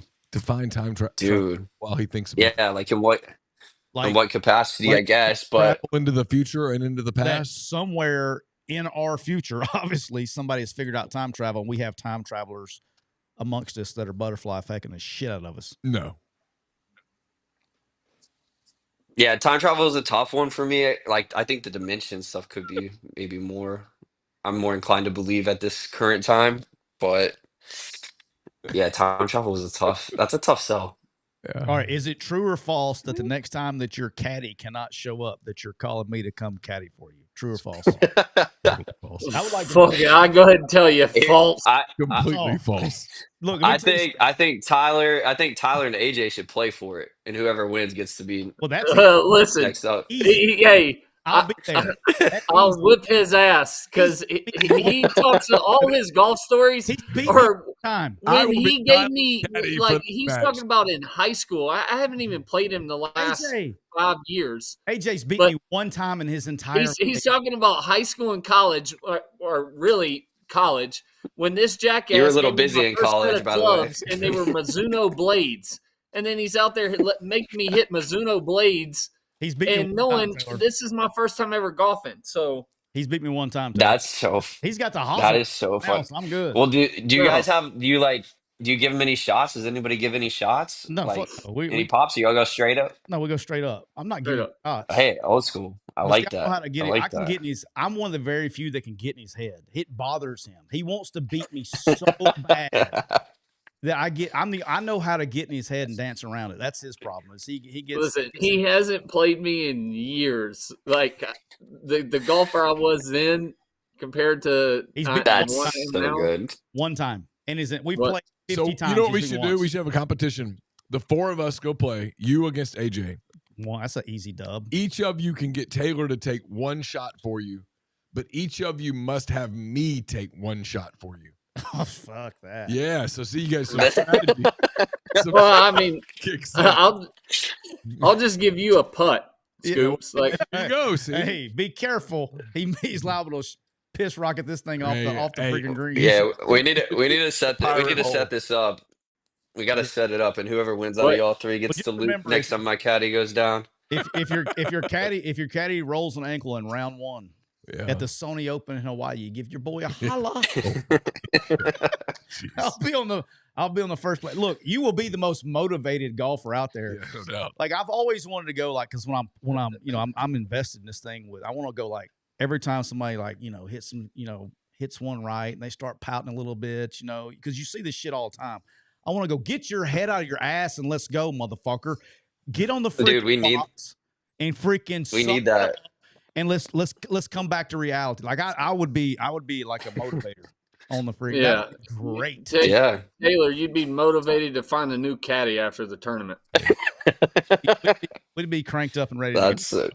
Like, why don't caddies get in the golfer's ass like that every once in a while? Like, everybody needs a good ass chewing to bring them back into reality. Why doesn't that happen? Hey, I've seen some good ones. They're just not documented, but it happens. There's some guy. I mean, I've seen a few players, start to get that way, and they start getting in their caddies' ass a little bit, and then their caddies will give it right back to them, and it snaps them out of it pretty fast. I've seen a couple good ones out there past few years. All right, last couple things, Taylor. What's your Christmas go-to meal? Are you beef tenderloin? Are you turkey? What's the go-to? When we go to my parents' house, we kind of have a very similar setup to Thanksgiving. We have usually ham and turkey, dressing, green beans, sweet potato casserole. So we normally get kind of a similar setup to Thanksgiving, which is always good. But I feel like by that time, like after I don't know how you guys are, but after like my third Thanksgiving kind of meal, I was like, give me a double cheeseburger with whatever and a pizza. Like I was kind of done with it, but that's kind of our normal setup. All right, I got a couple more good ones before we get you out of here. All right, favorite course? I was gonna say top 3. Dude. All right, AJ. Yes, I like top 3 because I have to throw Augusta in there just right? Because I'm required to be. Yeah. It's like required. Yeah, I think you have to. Hey, breaking news, Taylor. I got to interrupt you to tell you this. This is breaking news. Alex Caruso and the Thunder agreed to a 4-year, $81 million extension tonight. I thought you were gonna say Braylon Russell's back in the portal. I was. Russell back in the portal. He is the Oklahoma City Thunder tonight. I liked that offseason signing though. I thought Caruso was solid. I'm glad they signed him. I did too. Top 3 though, Augusta. I'd say Quail Hollow and Charlotte's sick place. That's one of my favorite spots I've played. I like that golf course a lot. They got PGA Championship there this year, which will be a fun test. And then, dude, I'll tell you what's funny is after I played it my rookie year, because you missed the cut first time, right? Yeah, I missed the cut. I didn't play. I didn't like the feel of the place really, to be honest. And I was like, if I'm gonna skip one on the Florida swing moving forward, it might be this one. So I'm glad I didn't skip it that second time around. Yes, you are. I think Pebble Beach is such a just impressive place with good weather. Like, and it's old school, and I like some of the approach shots. Like the greens are small, holes like 4 through 10 on the water are really unbeatable. So I think I gotta throw Pebble in there as well. All right, so Pebble. I like Spyglass more. I think Spyglass is a tougher course too. Like that opening stretch 1 through 6, if you're not on your game, you can just get your nuts kicked in early. I'm headed out there in a couple weeks to play in a tournament, and we play Spanish Bay first day. I did it for the first time last year. Spyglass second day. Spyglass is when I played my best. I shot unbelievable, and then I turned around next day. Well, Tyler wasn't caddying for you, so. No. Oh no! Listen, we wouldn't have got off the first fucking tee box without a comment, just a little slick ass comment, and then I would have been like, it'd been like Rome's and 10 Cup. I would have thrown his shit or broke his clubs, one or the other. We wouldn't made it off the first fucking tee box. Isn't it crazy? Isn't it crazy that first hole though at Spy? Isn't it crazy how much it turns left and how much Ooh, that tree right there is in play? yes. Dude, that thing I, bends so much. It's crazy to I, me. I came out, and I remember the caddy was like, "You want to try to hug this left tree line?" And I was like, "Is there a way to possibly can I hit it far enough to go over it and cut the corner?" And I didn't, but I played well. I really like that course. Pebble, Yeah, what 7 was playing 92 yards that day, and I pulled out a 5-iron and still couldn't get it there. dude, that's insane. So you had a tough day, I like mean, it condition was wise at Pebble with the weather. yeah, the wind. I mean, hell, a week later they ended up Yeah, canceling y'all's tournament like 1 or 2 days that was into it. yeah, that was a crazy day. Yeah, our final round got canceled with that storm. I've never seen so many trees in my life. We could barely get out of the area to go to our next stop. That was wild. All right, I got 2 more quick golf questions before Yeah, all good. fanboy out here. Be Okay, aware of the clock. I got 2 Gotcha. quick ones. Are you gonna watch the TGL, the Tiger Woods, the golf league, the virtual thing? Are you gonna watch that? Is that something you're interested in maybe doing, or what's your thoughts on that? I'm gonna tune into it at first for sure, and I've got a couple buddies playing in it too. They've had nothing but good things to say about it. Actually, I think from a player's perspective, like the timing of it's going to be a little challenging, having to go to Florida on like a Monday or Tuesday night and then go back to the West Coast early in the year to play. But um, yeah, I'm gonna watch it at first. Yeah, tune in, see what it's like. All right, and then the last question. When you on Sunday, if you're out of contention on Sunday and you show up, I've always wondered this. You're out of contention. Mhm. You got an early tee time on Sunday. Are you just trying to get the hell out of there, or are you trying to make as much money as you can and go low? I would say as much, maybe not even money at that point, but more so just FedEx Cup points because, dude, at the end of the season, that shit Yeah. matters like so much. If you can grind out, not even so much points, which you need, but like even momentum going into that next week. Like you're trying to create as many good habits or implement any new swing thoughts or any things like that because you have basically a free crack at a tournament round to kind of do what you need to do to kind of set yourself up, for next week as best as possible. So I would try to use that situation to work on some things, or try to create as much, good momentum going to that next week as possible. Awesome. Well, brother, I appreciate it. All right, who wins the college football playoff? You've seen the first round games. Who wins it? I'm torn between Texas and Georgia, dude. Like I'm Awesome. out on Oregon, I think. I'm out Be on careful. Be Penn careful. State. I got hammered on social media for saying I that. know, Careful. I know you did. And yeah, I, I mean, until Kirby, I don't know, until he proves us wrong, I guess. I mean, I'm not betting against that guy Go when it dogs. matters. Go dogs. Yeah, I ain't betting against that guy when it matters for sure. So, yeah, I kind of lean in Georgia right now. Well, brother, I appreciate the hell out of you joining, man. That was awesome. We'll all be pulling for you. And I want to say this, too, and I told Taylor this when I texted him. One of the coolest things he did, I took my son to the St. Jude's, in August I went. Yeah. And we followed around or whatever, and we were on hole number 3, which is a par 5, and we followed Taylor, started there. And coming off the green at the St. Jude's, he dapped up my son. He got a fan for life. My kid thought it was awesome. Just the way you carry yourself on a golf course and treat people, that's very, it's recognized amongst, me as a dad and as a person. You can tell who are good dudes and who aren't out there. You probably know what I'm talking about. But Yeah, it's much appreciated for golf fans. And I think it's very important for any sports fan to understand how good of a dude you are. Even in the midst of competition. Hell, y'all playing a shit ton of money out there at St. Jude. And to be in that level of competition and treat people like that, it's just hats off to you. I thought that was awesome. And it's appreciated as a human being and as a father. So you got a fan for life in my household. So thank you so much for everything you've done. well, I appreciate it, and thanks so much for having me on, guys. And look forward to continue to listen and get my college football inside scoop from you guys as much as possible, which is kind of one of my hobbies. So I appreciate you guys as well, and thanks so much for having me on. You just remember my offer. Whenever your caddy kicks Yeah, dust, you just give me. and we gotta get AJ's wrist angles better too. So get on that hanger grind, bud. Yeah. He's got clubs right next to him. Same I got one next to my bed. I got my putting studio upstairs. I got it all. They're not far away, so that's just part of it. Love it. Well, hey, Merry Christmas to you and yours, Taylor. Thanks for being with us. We appreciate it. Merry Christmas, guys. I appreciate it. We'll talk to you soon. Appreciate you, dog. Scoops. Are we still nugging today? Or we got a nugs? Yeah. Talk for a second. I'm gonna set something up. Okay. All right. Hey Jay, how fired up are you that you got that PGA golfer knew about your shanks?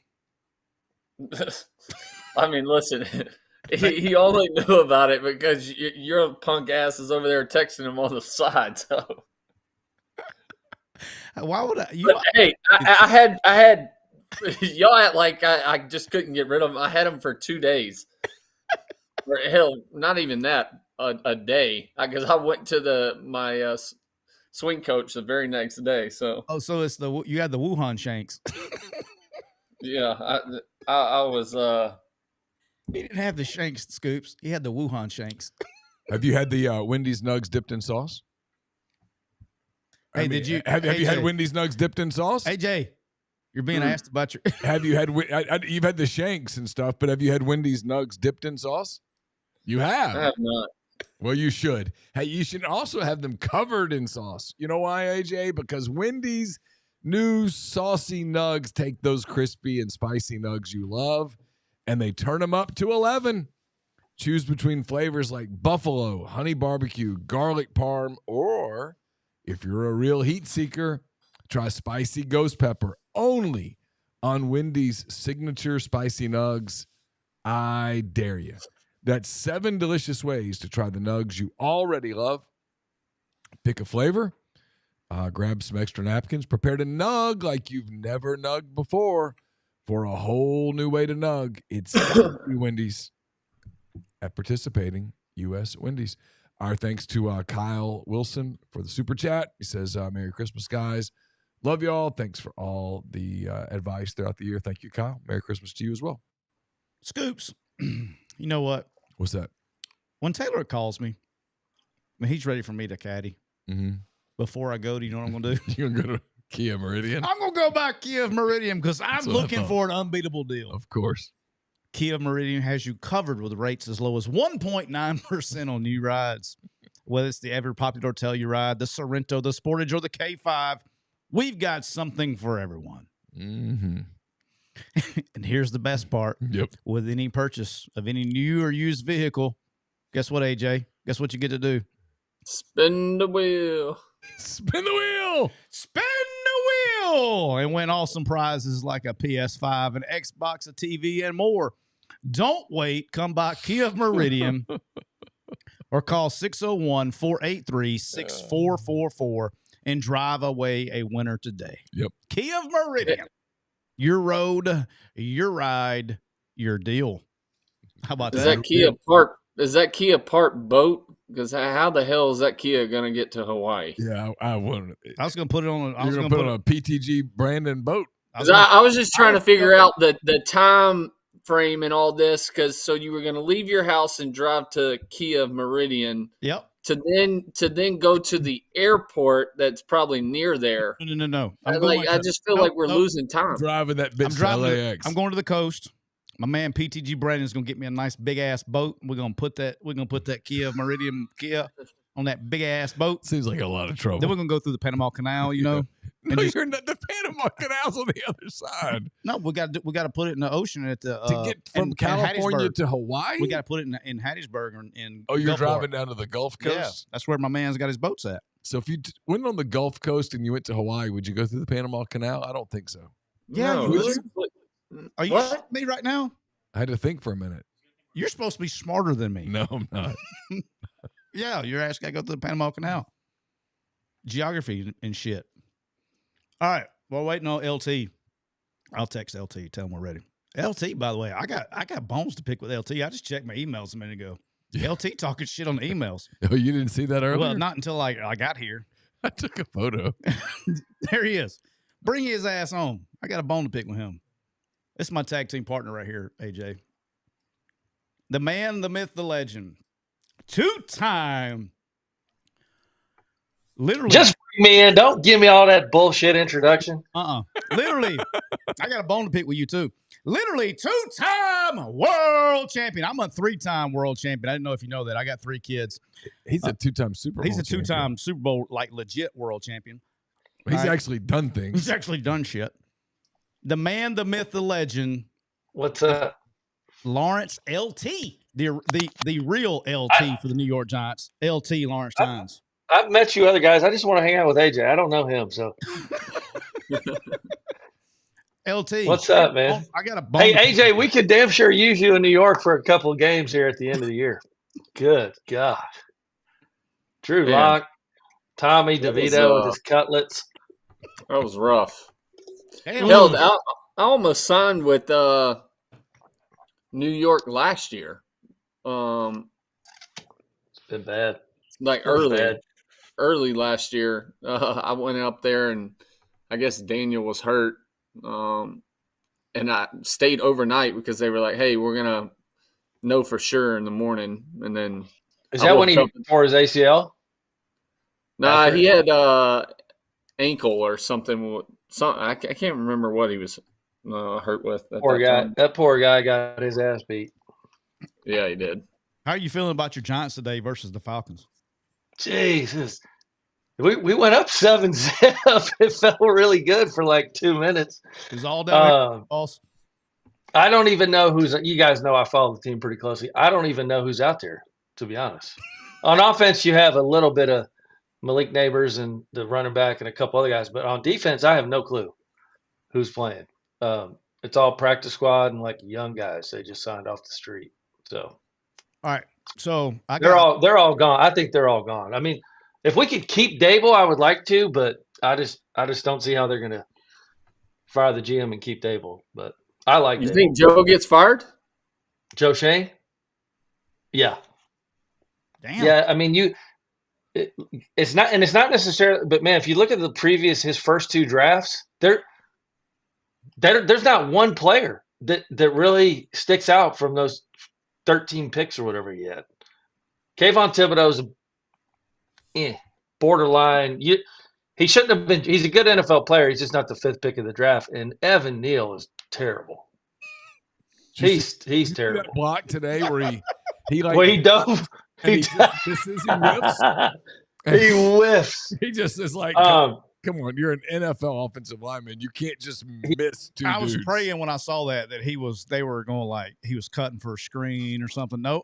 No. Oh, I was praying that he'd torn his Achilles and he had an excuse. And he's played better since they put him back because he actually was benched until like 3 weeks ago. He's a guard. So he's a guard playing tackle in the NFL. He's a guard. Yeah. All right. Yeah. Big debate in NFL circles, Lawrence, about Eli Manning in the Hall of Fame. I have a feeling I know where you'll come on this, but your thoughts on your thoughts. Yeah, I'm trying to play Augusta here. Yeah, your thoughts on Eli I'm trying to Manning get. his Let's first ballot. No. In all seriousness, I think the regular season is kind of people will question it. The quarterback always gets assigned the win and the loss, but he was on a lot of bad teams like the last 3 or 4 years of his career. So I definitely think he's a first ballot just for those 2 Super Bowl runs alone, to be honest. Some of the games he had, he still has like the most passing yards, I think, in a playoff run to date. But he was unconscious, man. He was for those 2 runs to do what he did in Lambeau in 2008 against Brett Favre when it was minus 20 something. Yeah. Yeah, so I got to ask you about that because I remember watching that game and it was cold. I mean, I was cold watching. I was in Mobile, Alabama watching, and it was still cold. I wish I was there with you. Yeah, I bet. But if I recall correctly, you'd missed a kick earlier in that game, and it was super cold, and you go out to kick a 47-yarder to send your team to the Super Bowl. What was the biggest challenge in that moment? Was it the elements, or was it the nerves, or was it some combination thereof, or what? Well, Yeah, so I made two in the first half, and then I missed two. One towards the end, one towards the middle of the fourth quarter, like 43, and then one at the gun to put it in overtime. We kind of got a shitty snap, but I can say that now. I didn't say it after the game because I don't want to throw my snapper under the bus. But Jeff Fiegels literally had to stand up and go get it and then put it back down. And so, that one, then we go to overtime and I'm like, shit, we got to kick off. And I was like, fuck, I fucked this whole thing up. Because, back then it was the first score to win overtime. So, kicking off to Brett Favre in Lambeau Field, I thought this was his storybook ending. But then, Corey Webster made an unbelievable play, jumping a little dig route on driver, I think. And yep. When we got that ball back, I wasn't going to miss again. So, all right. So what's going through your mind in those moments? Because it's very cold. The ball's going to be slick. You don't know if the snap's going to be good, the hold, all that stuff. What are you thinking to yourself in that moment? Oh, man.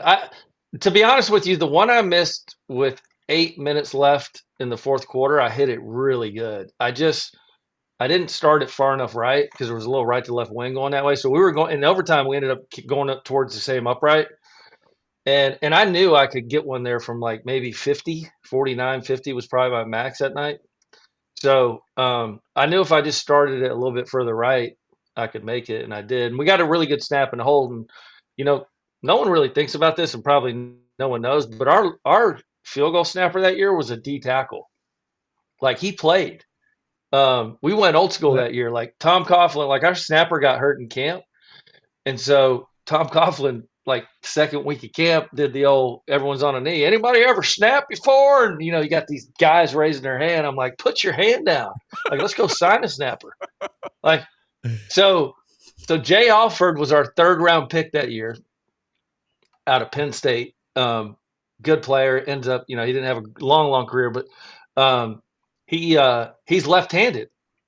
So Jeff Fiegels, my holder and punter, he's like 59 years old this season, and like he never had a left-handed snapper in his life. Yeah. So like the first 2 weeks we're practicing with this guy, he couldn't catch it. He was like, because the spin was backwards.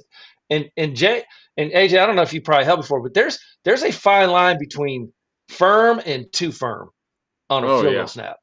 And this dude had no governor. Like Jay Alford just zing, lefty spin.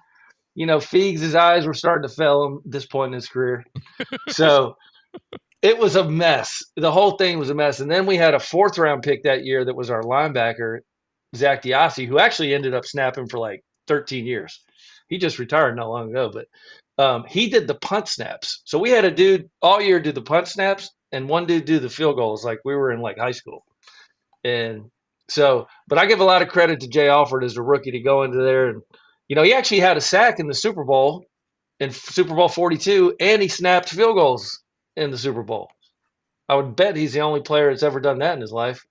Yeah, this could be a great conversation, LT. We can geek out because AJ held for like 5 years. Yeah, it's not easy. Now you get a really good NFL snapper, it's easy. Yeah. And there's a lot of good ones out there, but that was definitely the most trying time of my career. But to answer your original question, I was actually fairly confident. Because I ran out there before they even called field goal after the third down play, and I got out there and there wasn't a snapper or holder or anybody. And then, the whole story, it's kind of evolved over the years that Tom Coughlin said he saw me out there and said, shit, if Lawrence thinks he can make it, I'll go out there. So he called field goal. But I did feel good, man. Listen, I don't always – like not every miss is as bad as people think it is. Like you can always learn something from it. And I learned from that one earlier in the fourth quarter that if I just got that thing started a little bit further right, I'd make it. So LT ruined me for whatever reason. I mean, literally, this could be the dumbest luck of all time. Whatever reason, when I was at Auburn, one of our good friends was Rob Moronis, God rest his soul. He passed away 10 years ago this year. Crazy. He was he hung out with us. He was like a dude's dude. I call them, he wasn't a kicker. All right. And then I get to Troy. I transfer when Torville gets the job and I transfer to Troy. And then LT is one of our guys. And LT, like, I shit you not, like I was hanging out in Troy for 3 weeks until somebody's like, hey, that's the kicker. I said, you talking about LT? Like, there's no way that's the kicker. LT is like the mentality. I guess what I'm trying to say is like, you would never know. LT is like a dude's dude. One, he's very fucking athletic. LT, I'm bragging on you here for a second. So appreciate it. You gotta be humble for a second. Let me get my boys in here. Let me get my kids in here real quick. Ah, don't do that. It makes me feel old. No, they think I'm a scrub. It's fine. But LT extremely athletic. Okay. And here's what I liked about LT more than anything is LT would go to the bar with you and he would lead the charge. And not only would he get shit faced with you, when it was time to get with it at the bar, guess who was with you? Your boy LT. LT could throw hands too. LT missed his call and he could have been he could probably weight down, but he could probably be a middleweight. LT like to throw them hands too. So hey, are any of y'all into the UFC? I love that shit. You know, I know you too. AJ is too. AJ's been. You know, AJ, have you? I did not think this year was a very good year in terms of the pay-per-views. Yeah. Yeah, they were. I did like this last card though. That was actually pretty damn good. It wasn't supposed to be great, but yeah, I don't know. They need to find another. It seems like all of our superstars are starting to age out a little bit. I told Neal I got to get Neal to go to a UFC event. I went to the pay-per-view. I haven't been yet. Bob Brucato, who is works at Monster Energy, Rain sponsors our show. Yep. I went. He hooked us up. Me and Brock went. What UFC was that? Do you know? It was like 2 summers ago. The one in Dallas was like Pena and Julian Pena and what's my girl's name? It's CTE winning again. Who did Pena fight? Who's the great one? She lost the belt. Man, if I'm being honest, like the women fight, I'll have to go like. I'll go grab a champ. The longtime champ. She goes by the Lion. Yes, Lioness. How am I this? Are you sure? Anyway. The Lioness? Yeah, I'm not really into the Nunez. Holy shit. Nunez. Yeah, Amanda. Nunez Pena. And so we got to see that. And then Brandon Moreno. And then I like Brandon Moreno. Kai Car France. And then anyway, it was the best sporting event I have ever been to. Really? Period. End of the day. End of the Where did you sit? Like, where did you sit? Were you like side up, like a level, or? We were front row. Like there were two, like the stage, the two row. There were actually 3 rows of stage, like VIP stuff, and we were right around the octagon. Yeah, right on the octagon, and we were the first row in the stands, right there. So I was close. And you felt like you could see pretty good? But yeah, I was 25 feet from the ring, 15 feet from the ring. Yeah. Yeah, I saw great.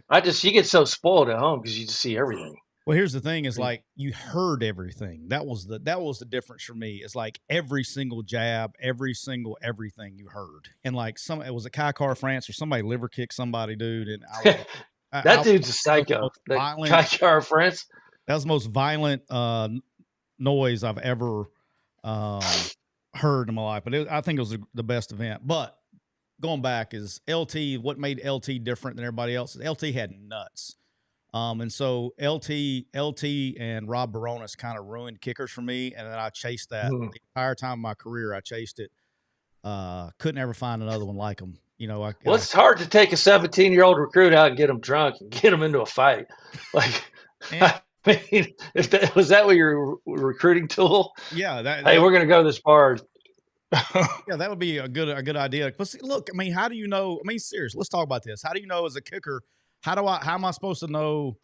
Are they going to handle the moment? Hell, you can put out there. You can go out in summer camp, right? When you have all these 54-star kickers that come out to your camp and they go out there and they kick. Hell, every one of them are putting it down the middle and their operation time's good and all that shit. And we've talked about operation time and shit in the past, but like, how are you supposed to know if when when it comes nut cutting time, when there's 100,000 people out there and the moment's gotten big, how do you know they're going to step up and make the kick and save your job? Man, I failed too before. Now I'm not going to sit here. I mean, I think failure teaches you either learn how to deal with it and then you go make the next one. But failure's your greatest teacher. I thought. Like I remember my freshman year at Troy, I was terrible. Like I was like 5 for 10 or something, and I felt like, man, do I even belong here? But I just went back to work. Like because I redshirted, and then my redshirt freshman year, I was not good. I didn't think 5 for 10 is not good anywhere. But I think you just got to keep pounding, man, and going, and then you got to be put in those situations. It does help to have and listen, I was lucky. I had a great snapper, as you know, and I had a great holder in college. Like Brent McAlilly was our snapper, and Matt Allen was our punter holder. And Matt Allen, we both came in together. We both played in the league. Like he played. Our punter played in the league. Yeah, he was the best holder to this day that I've ever had. Matt Allen was. Yeah, but you know what I mean? It's like you sit there and like it's so hard. You know, you and I have talked about it off the air. It's so hard to evaluate kickers. You know, coming in college, and that's why everybody's like, well, why don't more kickers get scholarships? And I was like, well, because there's so many misses, and it's just difficult. You don't know because everybody. It's very difficult to separate them. And then that's why there's so many quote unquote walk-ons or so many kickers is like, okay, you let them compete, let them develop, and you get the best one. You know, AJ's got a broad love. AJ's been very fortunate to have great kickers in his career. Yeah. Alabama? Who'd you have? I had Kiffin, or what was his Kiffin or Tiffin? Tiffin, I think. Was that the kid that had like 5 or 6 field goals at New Orleans? That was my freshman year. Yeah, Tiffin. Small. Well, he was a smaller guy, wasn't he? Yeah. So I had Tiffin, which I mean he wasn't bad. I thought he was a good kicker, but then we went from that to Cade Foster, Jeremy Shelley were my next 2 years. I think, or Cade was the next 3 or 4. Cade struggled. I don't remember them. I remember the Tiffin kid. Wasn't he the one that had like 5 or 6 field goals in the championship? Yeah, Jeremy Shelley did. Cade was a All-American linebacker and All-American kicker out of Katy High School, I think. Everybody's got 87 stars when you get, that's the hard part. All right, so but here's the thing that I would say, Tyler, though, like me and you have probably talked about this. I think the worst thing that happens to kids when they get to college is they have no direction. And we've talked about this. All coaches know to do is yell about their get off time. And that's all they do. You're too slow. That's all they say. And they don't really, you need to have a guy, like I know Matt Rule just hired Brett Maher, who was in the league for like a decade at Nebraska. His job right now, Dustin Colquitt, one of my best friends, is at Tennessee, coaching kickers and punters. And then there's a guy, Snyder, at Oklahoma State. I think there's only 3 guys in the country that are really at a school to help. Because I think if I coached, like if I had a job coaching, like I would completely change how things are done at practices and stuff. Like, would you do it right now? Offer. So what would you do, Lawrence? Well, I think the number one thing you have to do is obviously I've done it. So obviously they'll listen to me a little bit. And obviously I have a shared experience with them because very few people know what it's like to walk out there by yourself and kick in front of 90,000 people. Very few people have had that experience. My thing is we have coaches for every freaking position at college and then some, but we don't have someone who coaches these young men. They are all talented when they come on campus. I just think they just lose their way because you know how it goes. You guys go over here. We're going to do field goal in about an hour. Oh, okay. All right. Well, what do I do? Just use your time wisely. But what I would do is really, really earn the confidence of your teammates. Like, obviously, I would make my kids work out with the team. You'd run with the team. You'd sweat with the team. You'd bleed with the team and build sweat equity with your teammates because that was one thing I always did. If we were running, I'm running. We were working out, I was working out. Because I know I'm going to miss a kick sometime, and I want those guys to look at me like I'm an equal and not, oh, that's that motherfucker that hangs out over there on the side of the field. Like, but I knew that because, like, I'm not a robot. I'm going to miss a big kick, and I want my teammates to have my back, and they always did. I think we've gotten away from that model a little bit in college because they are kind of, hey, you guys go over here and do your thing. But I would do a lot of my field goal period would be like 28, 32, 38, and 40. I want you make your kicks in front of your teammates. Make them. And then you can build a lot of confidence in practice. We don't need to go back to 57. Now we can do that for fun, maybe later in the week to not have to run or maybe a late curfew, something like that. But we got to build up to that point. And I think I would just love on my kids so much, and I would make them feel so good about themselves because it is a mental position. I feel like in college, there's a bunch of egos with coaches, and they just want to motherfuck kickers and talk shit to them and throw stuff at them when they're kicking. That's so corny. Like, what are we doing? They just don't. The thing they do that, they don't know what the hell else to do with them. What if they get you? Well, they do that, and then it's 4th and 7 from the 29, and you need them to make a 46-yard kick, and all of a sudden you're not motherfucking them. All of a sudden it's like, let's go there, Johnny. Oh, please, for the love of God, go make the kick, and it's a completely different deal. I get it. Yeah, no, it's it's an issue I have with every level of coaching, but especially college and pro. Is I've been saying it, whether it's it's only for certain positions, which I think it's O-line, receivers, quarterbacks, kickers, like where you have a certain job. I think these schools would benefit a ton if they brought guys in that have actually played that position and they were coaching that position. Like a lot of times, I mean, even special teams, like how many special team coaches have actually kicked before? Very few, right? Very few. And so that's what I'm saying. Like if you had an ex-kicker that had played at a high level come in and he's your special teams guy, but also, he's there for the kicker and punter because he's gone through that experience, it would help elevate those players. All right, LT, I agree. The new rules right now, the way the new rules are is like basically even if you're called an analyst or whatever, you can coach now, right? The new rules that came through. Would you be interested in doing something like that for a college? I doubt it. I mean, I doubt it, to be honest with you. I like my wife and my family too much to be away that much, if I'm being honest. I love the sport. Don't get me wrong. Like if you want me to come in, put me on retainer and come in 5-6 times a year, yeah, hell yeah, I'd do that all day long. But now with phones, man, like I have a lot of kids in college that I've worked with, like they just send me their videos. Like I could do it from there and help them a little bit. But it would be better to be there every day just because you want to put some structure around their day. And I think that's what they're missing. I mean, Dabo Swinney brought me in for a couple of days, like 7 or 8 years ago. They were doing it all wrong. Same thing, guys on the field. All they did, I just watched the first day, yelling at them about their get off time. It's just like, this is not it. That's all they said. And it's not just one dude yelling at you about your get off time. It's like 6 dudes. Siskey and I have had this conversation. He was one of them. Hurry up. It's all they say. I'm going to be hand raised guy here for a second. I told LT knows this. I can't remember when I said this. I've said this on a podcast with LT, so forgive me. So I coached wings at some point in time. Like, I don't know why. I coached wings though, right? And so we're sitting there, we're coaching, and when you're coaching wings, like I'm trying to figure out why the hell am I coaching wings? That's one. All right. So 2 is I'm sitting here coaching wings on PAT field goal.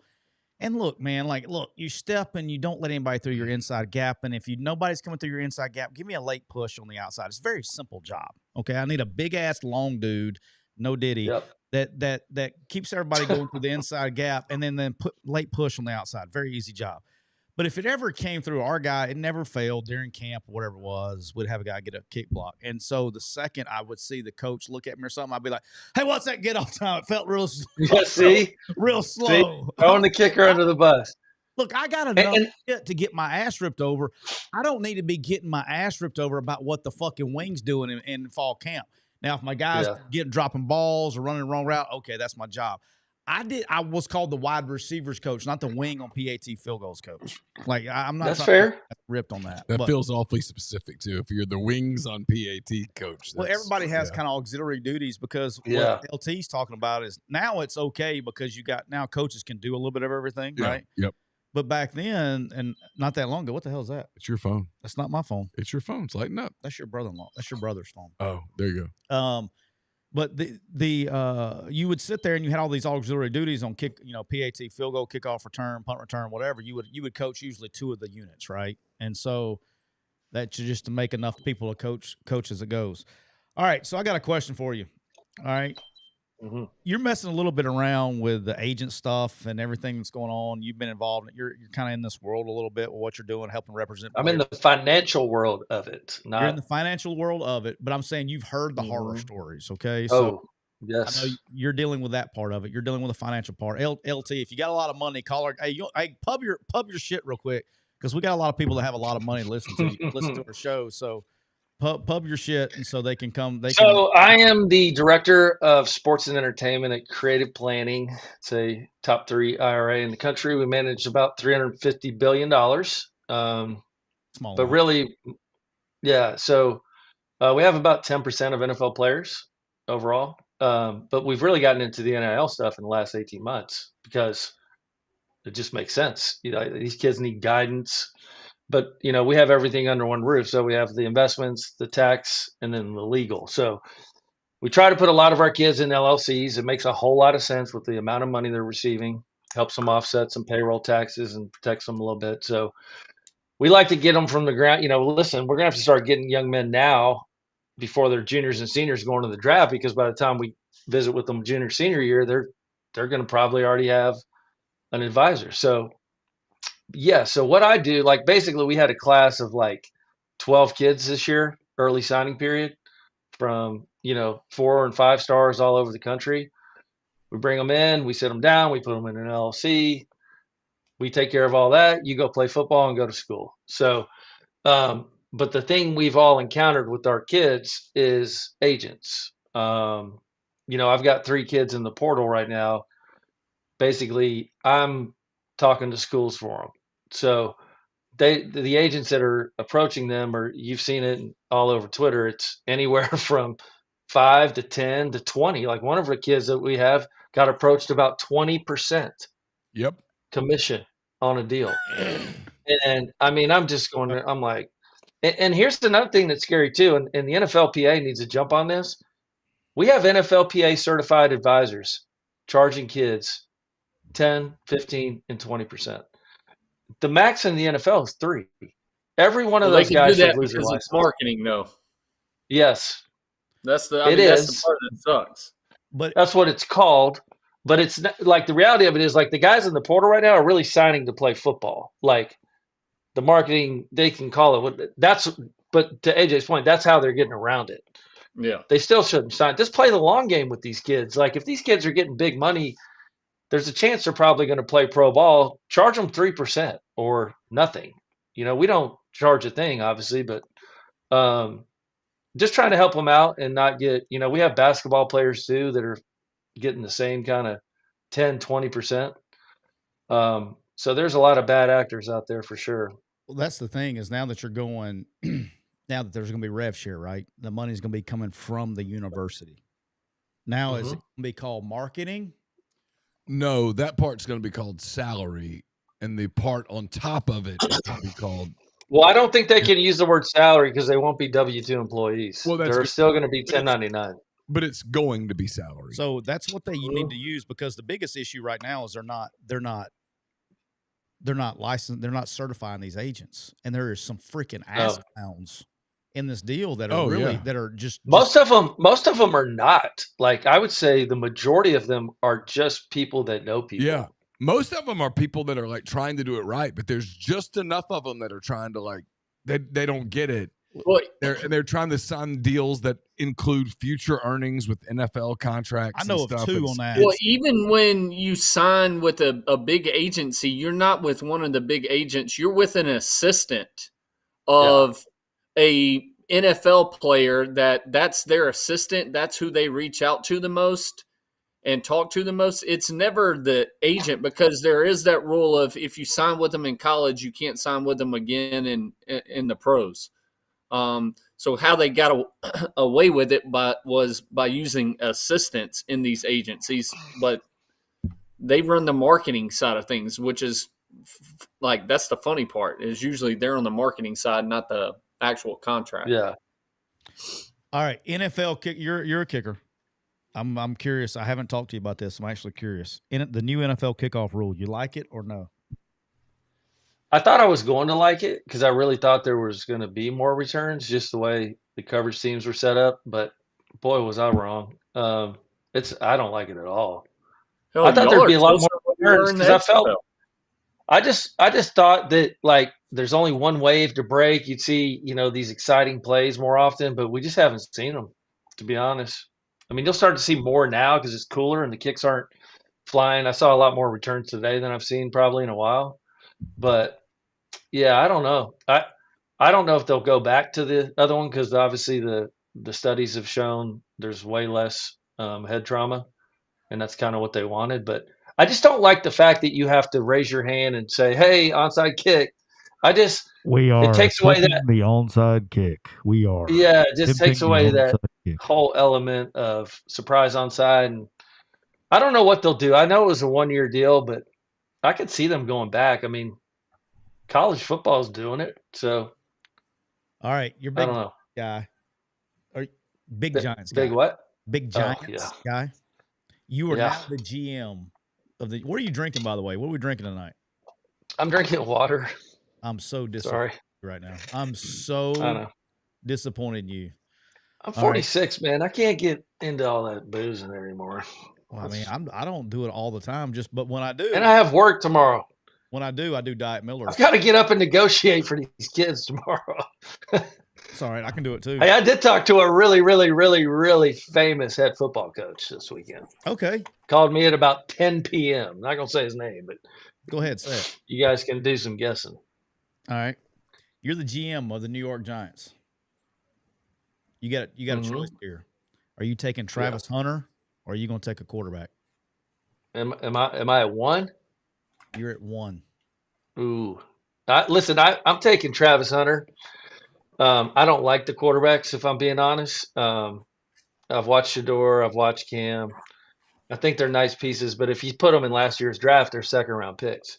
So I just don't think you can reach at that position. The Giants are going to get in big trouble for that. The Giants are so far – they're more than just a quarterback away, in my opinion. I think Shador and Cam will have fine NFL careers. I just would not go there. I would take Travis Hunter. He's clearly the best player available. Not even close. And then I would sign free. I would try and find I don't I think the Vikings will sign Sam Darnold long term. Why not? Why not give him a little 3-year, 150, something like that, 120? You gonna do that? Why wouldn't you? JJ McCarthy can sit. He just had another surgery on his knee, didn't he? Yeah, I mean, like a second one next year for sure. I mean, it's not even close. But you're saying Sam will be back next year? Would you sign Sam Darnold to a 3-year? I would. I would. Yeah, I would. I mean, and I'm happy for him, man, because he was in a shitty spot for a bunch of years, kind of like Daniel Jones. Daniel Jones is not great by any means, and I'm not a quarterback expert, but I know Daniel Jones can play football at a pretty decent level. He's just been on some really bad teams. Yeah, the Jets have hell, they took Aaron. I mean, Aaron Rodgers is, in my opinion. Look at that. Yeah.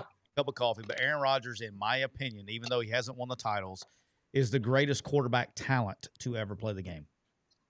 Yeah, I think if you were starting a team with no rings and nobody had knew nothing, and you saw Brady, Breeze, Rodgers, Manning, whoever, Roethlisberger, you would pick Aaron Rodgers. And then you watch. I mean, they've won 4 games in the Jets. And I've said this about the Jets. Sooner or later, if you're the Jets, you got to look yourself in the face and say, "What the hell's going on here?" Because they've ruined coaches, they've ruined players. They can't get over the hump for whatever reason. They can't get over the hump. And what's the best? I know they went to the AFC Championship game with was it Ryan when Ryan was the coach? They went to the AFC Championship game with Sanchez. Didn't they? Mark Sanchez twice. Yeah, they went twice. But they never got over the hump. That's the closest they've been since I've been alive.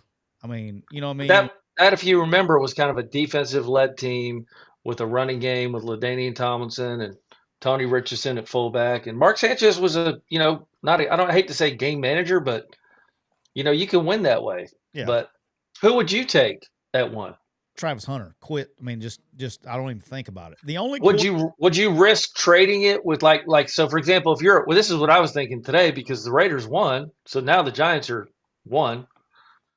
Would you trade? Would you let the Raiders jump you at one, knowing they're going to take Shador? I would. I'd take. What do you think that? Yes. What do you think that would cost to go up one spot? I mean, another first in 2026 or something. Yeah, they'd have to give you a future first and then another For one spot, though? third or fourth. for one spot. Hey, it's a covenant. It's more than one spot though. You have like the ace in the hole. Like it might be worth the first because that's who they want, right? Tom Brady's part owner. I think that's who the Raiders want. I think there's Shador? one. Yeah, Shador. There's one quarterback that I would take with a top 10 pick. Period. One, and that's Cam Ward. I would not take Shador Sanders. I do like Cam Ward. I just think some of the shit he does in college, AJ can tell us better than anybody. He's gonna turn the ball over a lot. He's been a dumbass. Yeah. But that doesn't. But he doesn't throw with like timing. Like he has such a strong arm that he's really seeing guys open because he's waiting for the Sports Center play. And in my opinion, he's trying to do too much. I mean, he's freaking rolling out right, jumping. How big a guy is he? Is he 6 foot? He's probably right at it. I've met him in person. He's maybe 6 feet tall. Okay. Cam Ward is 6'2", 200. No, he's not. 223. That's just what he's listed. No, he's not. I'm 6'1.5", and he's shorter than me. I just Googled it. I'm just telling you he's not. Just telling what Google says. I'm just telling you he's not 6'2". Who just scored there? Was that old Bucky Irving? I'm looking at your TV on the back. I didn't even see it, dog. They have just making sure my parlays are in good shape here. Let me tell you something. Can I tell you how pissed off I was today? By the way, I had like I had a 5 fucking team teaser today because I didn't like it. Which game? And I had the Philadelphia Eagles plus 1.5. Oh, dude, disaster! Jaden Daniels is the real deal. Well, I don't know if you saw it. You talk about the 2-point conversion. Scored the touchdown. Went. And that was fine. You just wanted them not to get that 2-point version. I was like, yeah. Oh. I'm not even talking about your parlay. I'm just talking about that dude. With 5 turnovers, by the way. 5 turnovers, yes. That's the second time I tweeted something. That's the second time this damn season, because Goff had 5 picks, and then they had 5 turnovers today. I'm like, that's got to be the first time in NFL history 2 teams have won with 5 turnovers. All right, Scoops and I have talked about this off the air. I don't think we've talked about it on the show. Being a kicker guy, I'm actually genuinely curious because I haven't talked to anybody about this, and I will trust your opinion. Justin Tucker, one of the greatest to ever do it. Maybe the greatest to do it. He is the best. All right, so struggling a little bit this year. What do you think, why do you think he's struggling this year compared to others? And then kind of a 2-part question here is with aging kickers, because kickers can kick forever, right? When do you know as an aging kicker, what's the first thing that goes that you're like, yeah, it's time to, we're on the back 9 here? It's probably just power. Just power? You generally get better with accuracy as you age because it's almost like that wild, when you first start golfing, you just try to hit it 350. And then you go out there and you play with a 48-year-old guy that's just, smoothing it down there 255, and then he beats your ass by 12 strokes. That guy. You hear that? Same thing in kid. Like look at Nick Folk. Like Siskey, you were the first guy he mentioned. The guy that gets up on every hole. Siskey, it's a par 3. You don't need your driver. I'll get it there. If you're on the box, if you go to the, if you just trying to send it every time, brother. If you go, every time, that's all he does. If you go, he looks like he's breaking his back trying to swing the club that hard. If you go to the tee box, LT, without the driver in your hand, you know what else you'd like to do? You eat pineapple on pizza. You eat boneless chicken. Jesus. You like tampons and men's or you just like making pars. That's a man. I mean, you got to take the freaking driver to the my club here. You got to hit iron probably 4 times. That's off the tee. That's un-American. So tight. Yeah. And then so Justin Tucker, let me touch on him a little bit. So he kind of is a enemy of his own self. This guy, what is he, year 13, something like that? Yeah, he's never, ever, ever in his life struggled. And I'm not kidding you. That may sound ridiculous to say.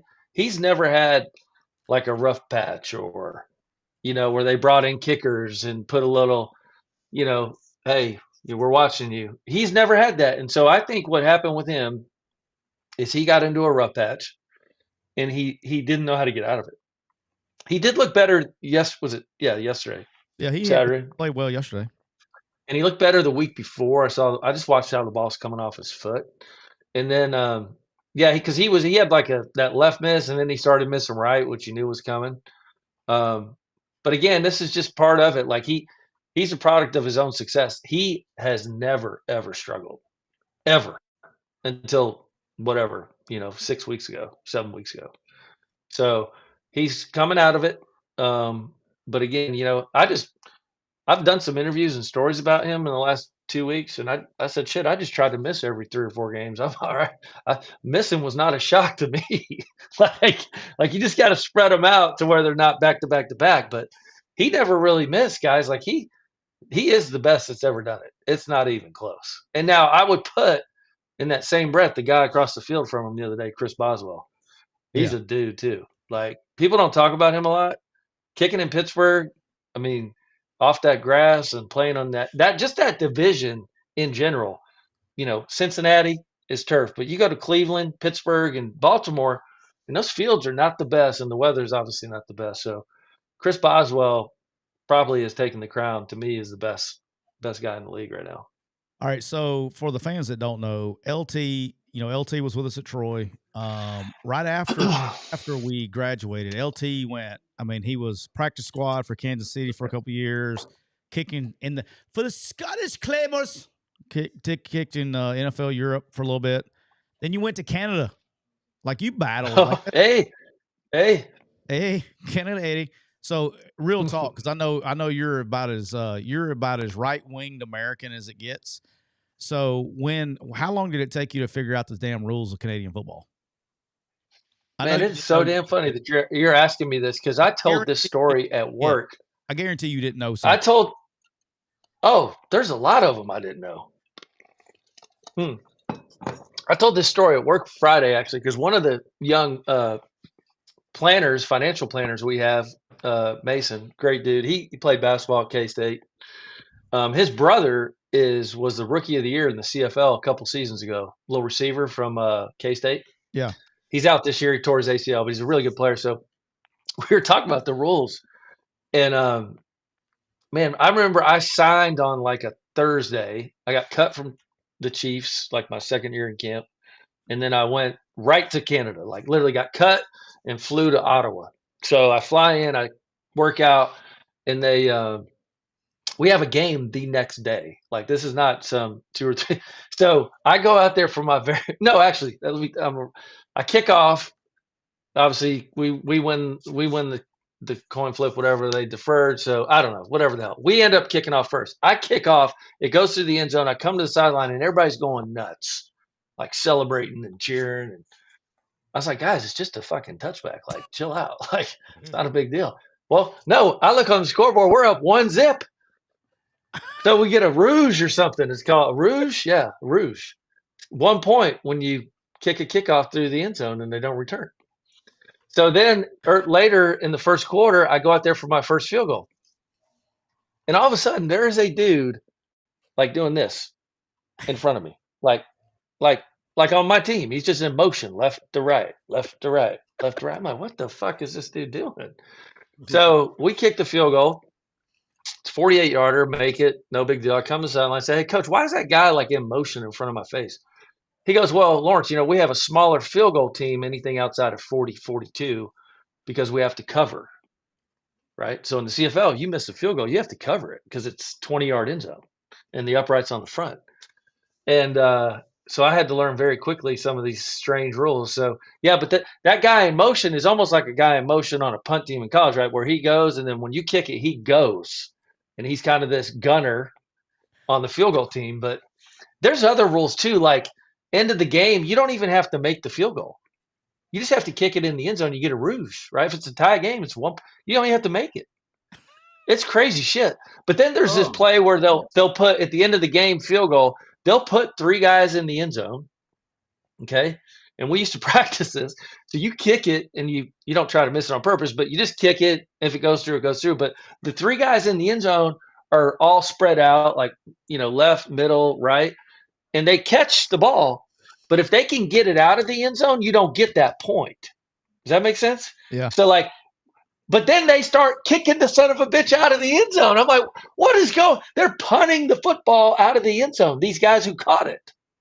So if you can punt it out, listen, I still don't know all the rules. I was there for a year and a half. I have no idea what the hell's going on up there. I do know this. Isn't there one on offense where you can on third down, you can basically kick the ball in front of you and to then yourself? recover it Yeah, a little onside. Let's bunt it resets the downs, because it's a first down.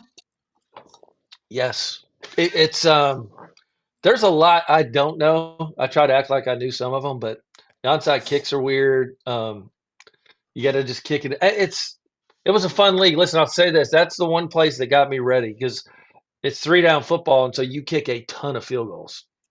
So I think my first full season there, I had 51 field goals made. Wow, which is nuts. That's a busy day. It's a crazy league, man. It's a crazy league. But it was a lot of fun. I had a great time in Canada. Brother, the Grey Cup's actually older than the Super Bowl.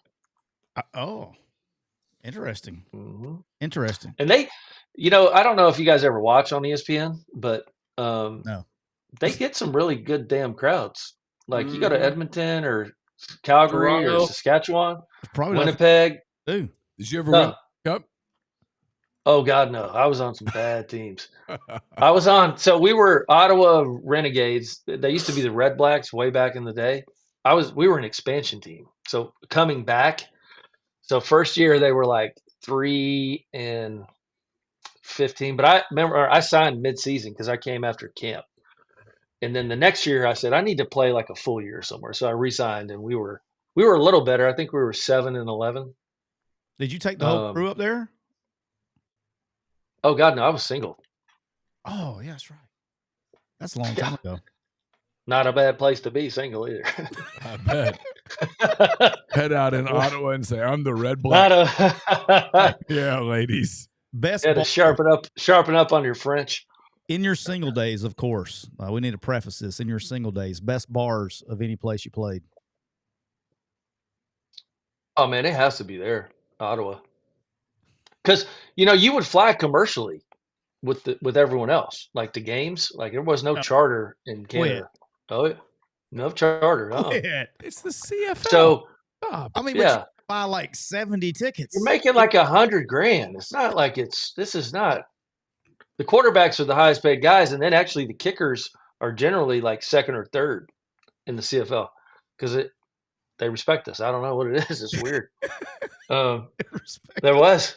Because, most guys did all three. Like, some guys did punt, field goal, and kickoff. Like, I didn't punt, so I did field goals and kickoffs. But, like, some of these guys that were, like, triple guys, they made really good money up there and would play 15 years. But the best bars all time are in Montreal on St. Catherine Street. Oh. If you've ever been to Montreal, Canada? St. Catherine Street. I've not. Because there's a lot going on down there. All right, in the Cooper Chevrolet chat, we'll end with this because we've had your time. I appreciate the hell out of you. There's no better way to end this than in the chat right here. Tyler, what's the chat? The chat says, got a question for you. It says, we need a Troy front porch story from Lawrence Tynes. Oh dear God. Who asked that question? Tyler says Zessen. So he's familiar with I actually was at Troy for the Southern Miss game, last game of the year. My son was on a little recruiting trip. And I saw Travis. You remember him, the owner of the porch? He still owns it. Quit. He still does. No, he doesn't. Yeah. God, there's so many. I got a good one when you get done. Tell the one about it involves like a fight. I just don't want to talk about fighting at 46. I mean, one of my buddies just absolutely unloaded on some SAEs. Like got like two of them KO'd in the parking lot, in that gravel parking lot. And we all hightailed it out of there. And then all of a sudden, next morning, freaking Troy police at my door looking for. I said, "What are y'all here for?" I didn't do it. So whatever happened. I ended up having to do like 20 hours with the physical plant of like community service. Like I didn't even touch the guy. I didn't do it. What about? But I didn't snitch either. What about stealing the gator and driving the gator to the porch? Well, that's a good one too. Yeah. Brock Nutter, our quarterback. I don't know if our friend that asked the question was familiar with Brock Nutter, but yeah, we took the gator from the football facility and drove it through the city of Troy. And cops didn't stop us. They didn't care. We saw two guys in a gator driving to the front porch. I didn't leave in the gator, though. I drove to the porch. Oh, I did. Yeah, you left in it. I didn't leave in it. That was kind of fun. I don't want to say that. My mom may listen to this show. I don't want to say that. We've told this story on the Home Visit podcast. Yeah, it's on there, so go listen to it. Mom didn't listen to that one. She may listen to this one. I don't want to say that they may or may not have been the. I'm just blown away that place still exists. My son's here. He's over there, so he's driving me home. So he doesn't need to hear the story about his dad who was in handcuffs one time. Oh yeah, that's not good. Now, AJ, will you play again this year? I don't know. You still considering it? Probably not, but we'll see. I like being able to coach my boys and same retired life and really just help run our real estate company. That's about it. So I don't blame you. Yeah, I did not want to get into coaching. No, sir. I'd want to do high school coaching, but I've been asked a lot for college, and it's just not my path. I want to go. Yeah, I just could not imagine the recruiting of it. There is nowadays anyway. It's all fun and games until like it's if the day. That's why college coaches want to go to the NFL. If it's just 100%. If it's just football, and Scoops knows this. I've known Scoops for a long time. He's seen it up close and personal here. You know, he's covered Ole Miss for a long time, but covered Auburn for years before that. But if it's just the football, it's awesome. It's a great job. It's fun. Yeah. But what people don't see is those 6 weeks a year that you're, from April 15th to May 31st, where you spend 5 of 7 nights in a hotel. They don't see that. They don't see the contact period, the 6 straight week contact period when your ass is, in a hotel. They don't see that. You spend you're gone a lot, and for what? You know what I mean? So that's the tough part. So, and the tougher part is too, right? Getting to the NFL for these college coaches. There's only 32 teams. I mean, that's the tough part. It's hard to get. You have to. We have a ton of coaches. Go ahead. Yeah. I was saying we have a lot of coaches, obviously as clients, and so a lot of conversations happen. And I mean, the money is really good, but again, everyone's trying to get to the NFL. Is really kind of the consensus you hear from a 35 to 45, 50-year-old coach right now. And it's been more prevalent in the last 3 or 4 years, obviously because of the way things are going. But I do think it won't cure everything. I do think the rev share thing and some structure around the payments, I don't know what that'll do to collectives, whether it will get rid of them. I think it will in some conferences, maybe not in others. But I do think that will add a little bit of stability if it's a one-time deal, right? Like transfer portals open April 30th, one time, once a year. I think that could help a lot. Don't get Neal. Don't get Neal in his soapbox. That's no. We could talk about that for because we deal with it with our kids, right? They're in it and then they're back out and it's like just do it one time where everyone has a shot, after spring ball, and then you start back over in fall, and then you got your kids for a year, at least through spring. Because I do think some kids make some bad decisions, rash decisions based on dollars. And that's kind of a bad situation for a lot of kids. Well, brother, I appreciate the hell out of you as always. I want you to have a wonderful, merry Christmas. You too, man. And I love your guys' show. I don't listen fully, but I do love the clips you guys release on the Twitter sphere. Thank you, Lawrence. Appreciate that. Merry Christmas to you and your family. Yeah. Same to you guys. Make sure Santa Claus. You guys are deserving of a national audience, by the way. That's nice of That's you. so When is that We're coming? trying. Well, we're waiting on. We got. Because you guys are not necessarily focused on like a niche thing. Like you guys No. kind of. Yeah, That's what I'm saying. That's Who's the listening? goal. Let's get the people. that's the goal. What? We need an agent. Yeah. You know a great agent that we can get a hold of. Mm-mm. Nope. I'll take care of your money, but that's about it. Take care of your money. You get that agent, and we'll get that contract, that Pat McAfee money. Yeah, get the There Pat, you go, get the Pat McAfee money, Sign us up. and then Miss Laura will take care. We'll take all of Scoops. I'll take all of Scoops' coin. Miss Laura, all of Scoops is supposed to get a big Pat McAfee contract. So She has no idea who Pat McAfee is. I love it. Appreciate you, brother. You have a great day. All right, guys. Merry Christmas. All right, you too. Merry Christmas. See you guys.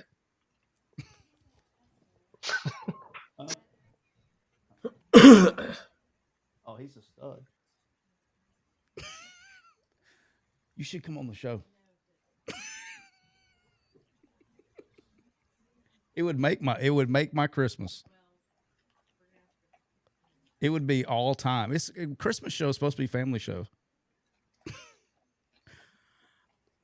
All right, we're gonna open the phone line for like 30 minutes, 20 minutes. Less than 30. All right, 15 minutes. Yes. All right, 15-minute phone line open. AJ, what the hell are you doing over there? He's eating. Why are you eating off camera? I ate my fat ass on camera.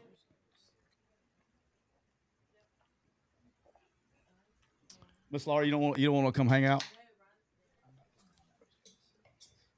You got to enter. We got a family show here. I guess you can't enter. Ryan will stay. Do you want to be on the show, Ryan? He doesn't want to be on the show. He doesn't want to be on the show. You found the perfect spot. You know that? Usually it's in the center of the camera. I tried to take care of him. But phone lines are open if you'd like to call. If not, then me. Phone lines are open 662-259-8563. If you're going to call, don't be bashful because this is not going to last long. It will not last long. AJ, what are you eating, dog? You're over there just crushing Can something. AJ hear us? He's got his phone on mute. Yeah, I had it on mute. I'm just eating. Hey, who? Yo, this is Brandon. What's up, Brandon? The man. Man, not much. The myth? No, not so much. Hey, I'm wondering, is he still chewing on gummies, or what is he eating?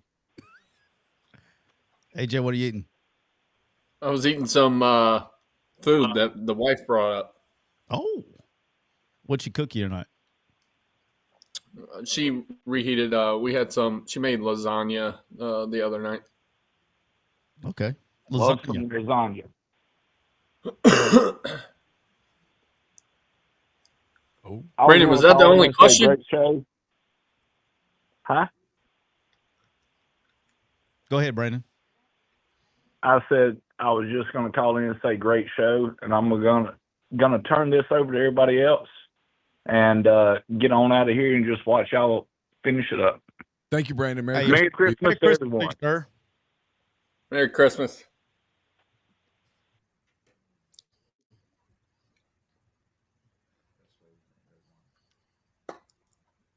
All right. I like it. The Clark Ford Studios has a lot of empty bottles at this point. It's not the best look. What's up, Aka? We got Aka. Aka's here. Laura's here. Brock is over there. Aka's probably not embarrassed to be on Aka's not camera. bashful. Aka's been on the show before. You want to gotta- say what's up you to gotta- everybody? What's up, everybody? How are y'all? There's Aka. Aka Lindstrom. Oh yeah, what's up, everybody? How are y'all? How are you? I'm good. How's your first half year in America been? It's been good so far. Nothing Yeah. really to complain about.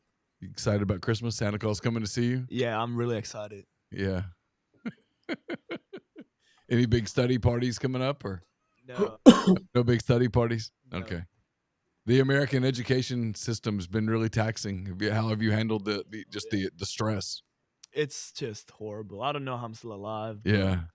the education system just requires too much work, and as a European, I just struggle to like handle it. Yeah, of course. How? What would you say about your experience in the McCready household? What's that been like? It's been an experience. Yeah, yeah, It's been an experience. That's like the best word to describe it. yeah. ask for some reluctantly ask for some details.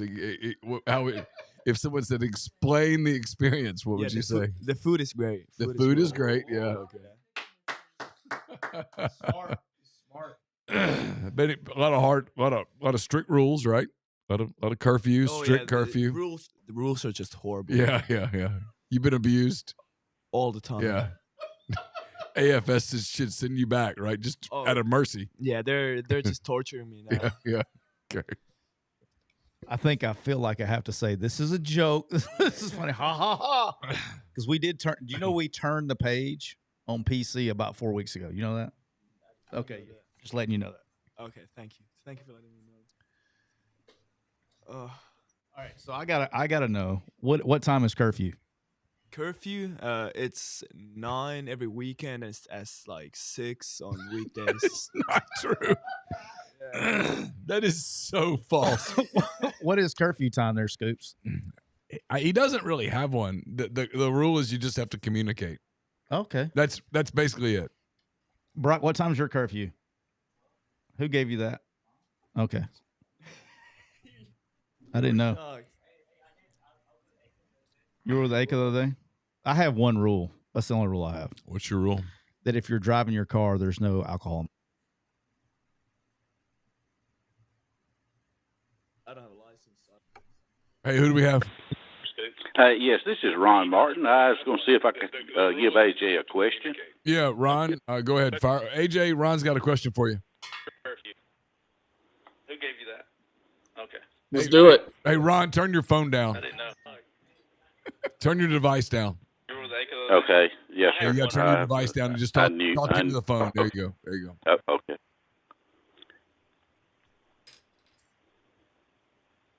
All right, Ron, he's listening. Okay, yeah, I had a quick question for AJ. AJ, this is Ron Martin from just up the highway from you in north of Mobile a little ways. I just wanted to see what you thought your greatest moment at Bama was. Single greatest moment.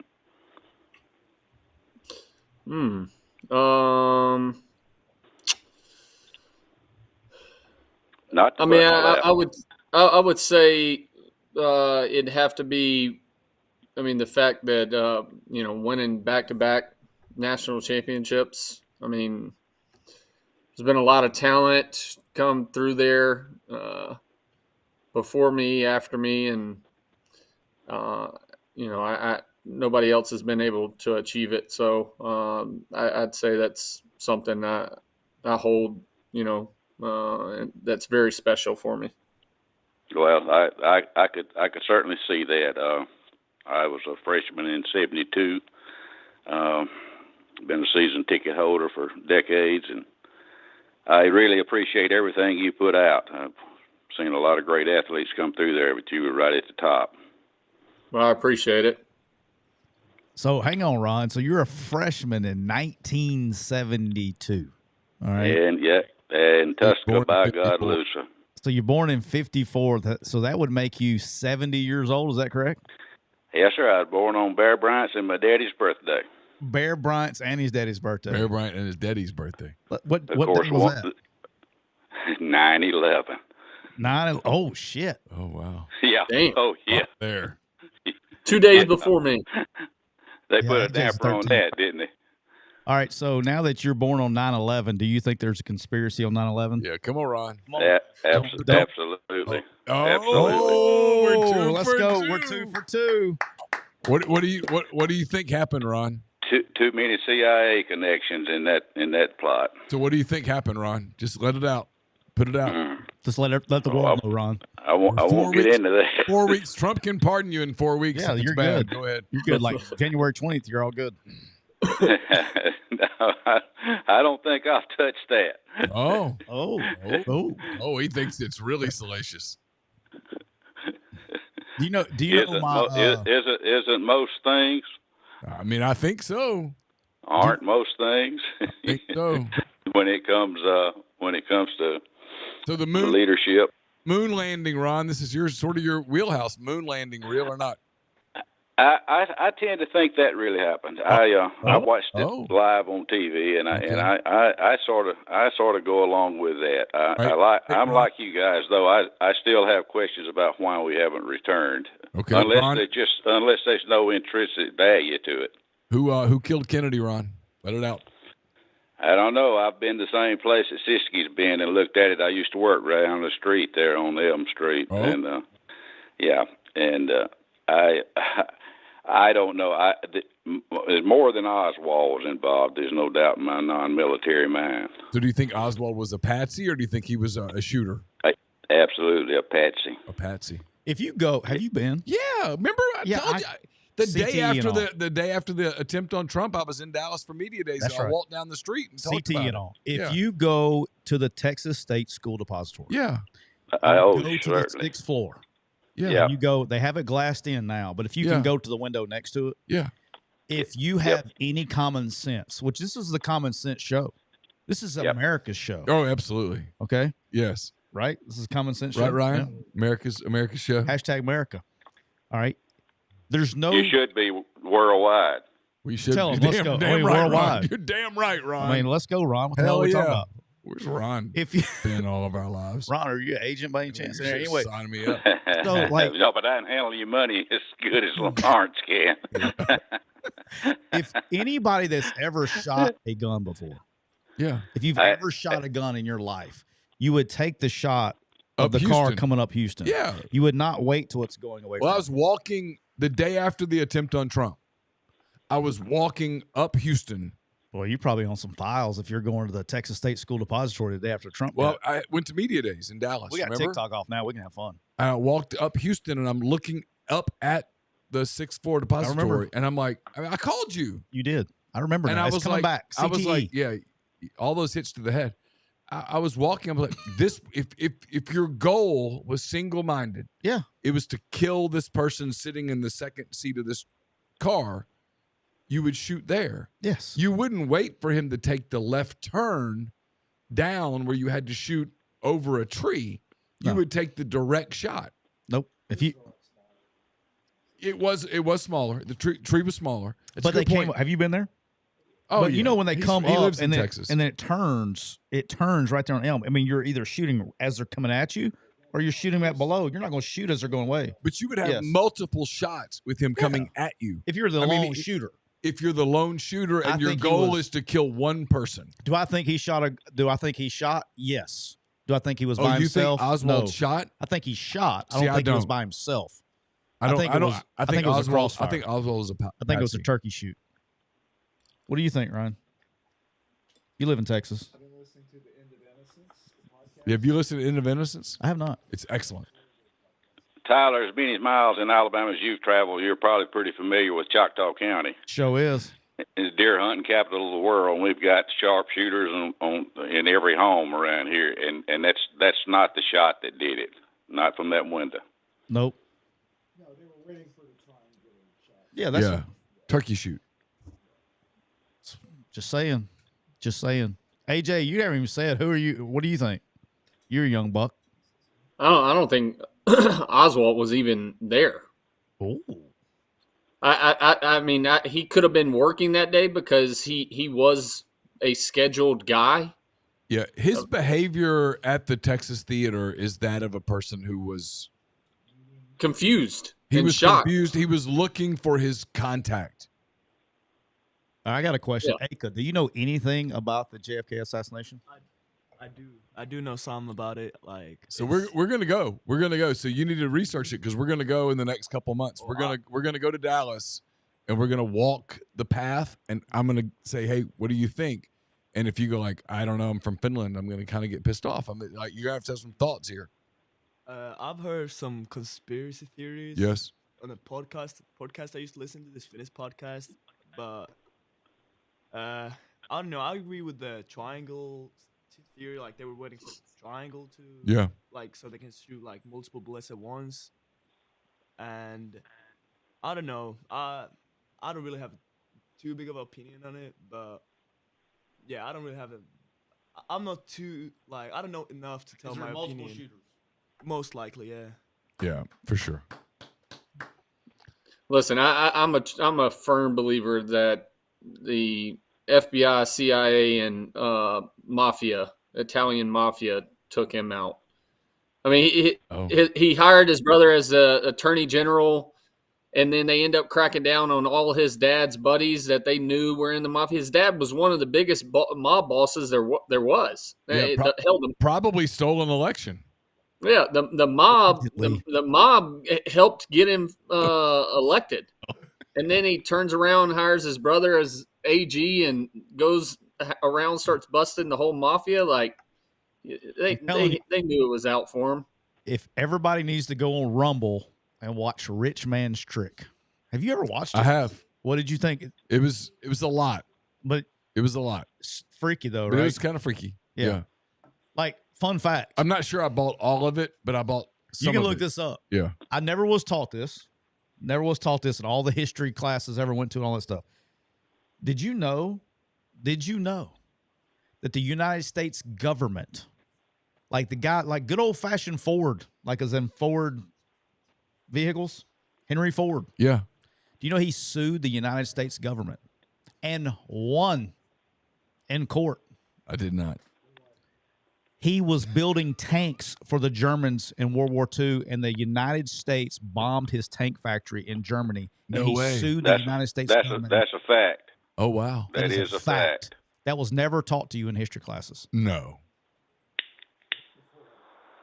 But what I'm saying is like Ford, as in what were Ford his Motor issues, Company. Ryan? Now we're having fun. This is what this show's all about.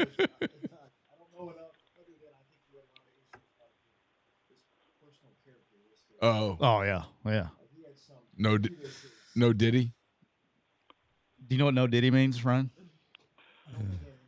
Okay, no Diddy. Okay. So really, no Diddy. No Diddy. Ron, do you know what no Diddy means? I absolutely do. I have to watch a replay. I don't get to catch it during the day. I'm retired, but I'm a busy man. Ron, you're my guy. I watch it late at night. You're my guy, Ron. Ron, you're my hero. Yeah. What part of Alabama are you from again? Choctaw County. Let's go. About 90 Let's go. miles north of AJ, straight up the Mississippi line. Let's go. If we go to serious medical facilities, it's either Mobile or Meridian, Mississippi, or UAB. It's a long ways from You know where else you should go if you go to Meridian? Go to Kia. Yeah, I know exactly. Spin that wheel, Ron. Spin the wheel. I know a lot of the guys associated with that, and they won't let me spin the wheel. You should spin the wheel. Go in and demand to spin the wheel. Tell them Neal and Tyler said for you to spin the damn wheel. I'd rather see AJ get into high school coaching. He'd be good for the sport. I wish he'd get that job down at the beach. Oh wow! Oh wow! Gulf Oh Shores. wow! Gulf Shores. Now ask me, did I listen to y'all's show? Hell yeah! Wow! Ron, you're the man, Ron.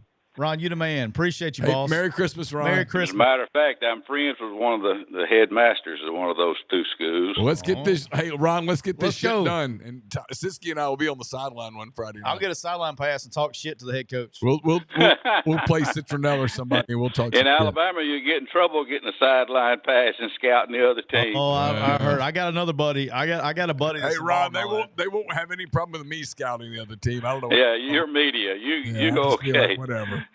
AJ and I'll Siskey, be that's like, I'll another be story. like me and Tim Walls. They're running a 4-4 defense. They can break down a defense too well.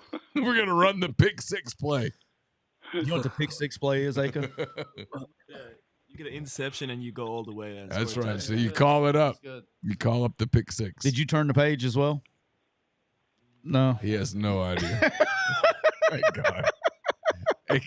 Tuesday's turn the What are you page. talking about? Hey Ron, I got a key question for you. Do you like boneless chicken wings or bone-in chicken wings? It's deformed if it doesn't have a bone in it. Do you like saucy nugs? Oh, I mean, I was nugging. Ron? I was nugging Right, before. Ron? Yeah, you Ron? were nugging. I've been nugging for decades. There you go. Attaboy, Ron. Nug like you've never nugged before, Ron. Hey, thanks for the That's call. right. Merry Christmas Appreciate to you, Ron. Merry Christmas, brother. All right. Merry Christmas to you guys. Thanks again, AJ. We appreciate you, buddy. Yes, sir. Appreciate it.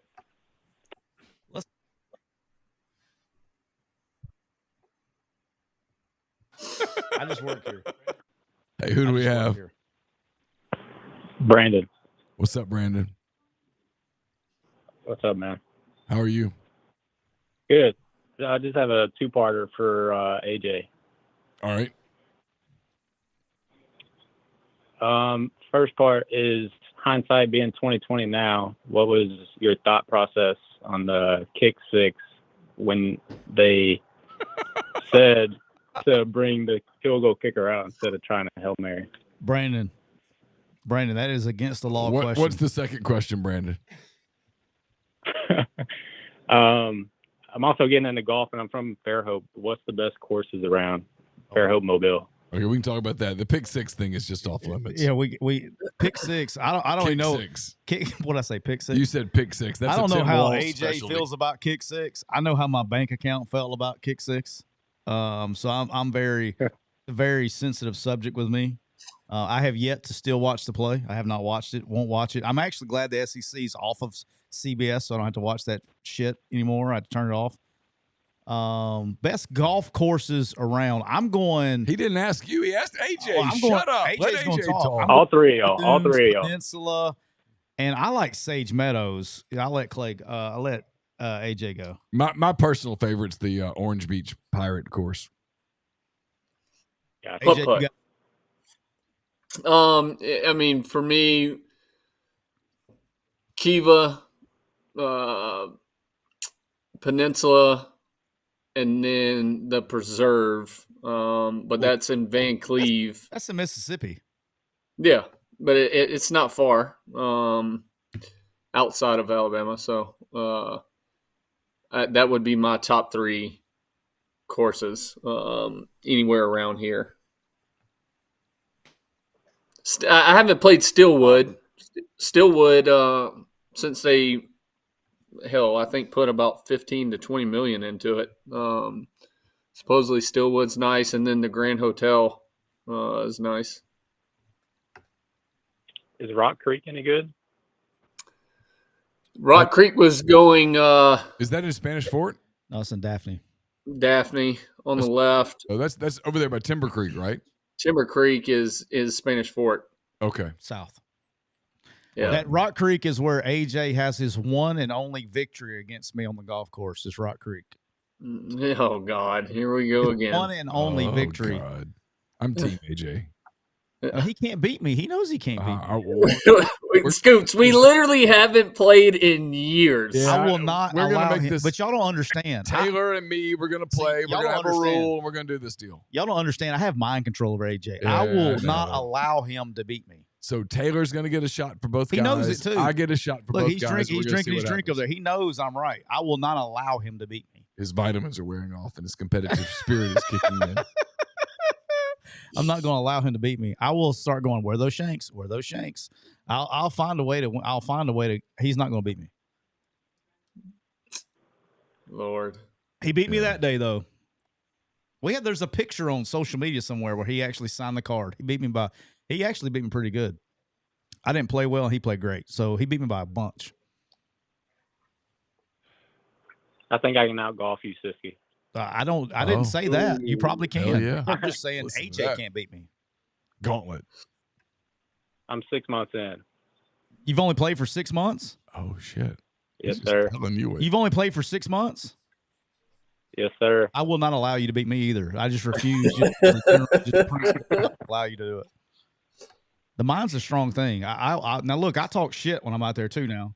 I get in people's heads. If it's a competitive game. AJ, look at AJ smiling. He knows I will talk shit. I will make you throw one up right in the woods.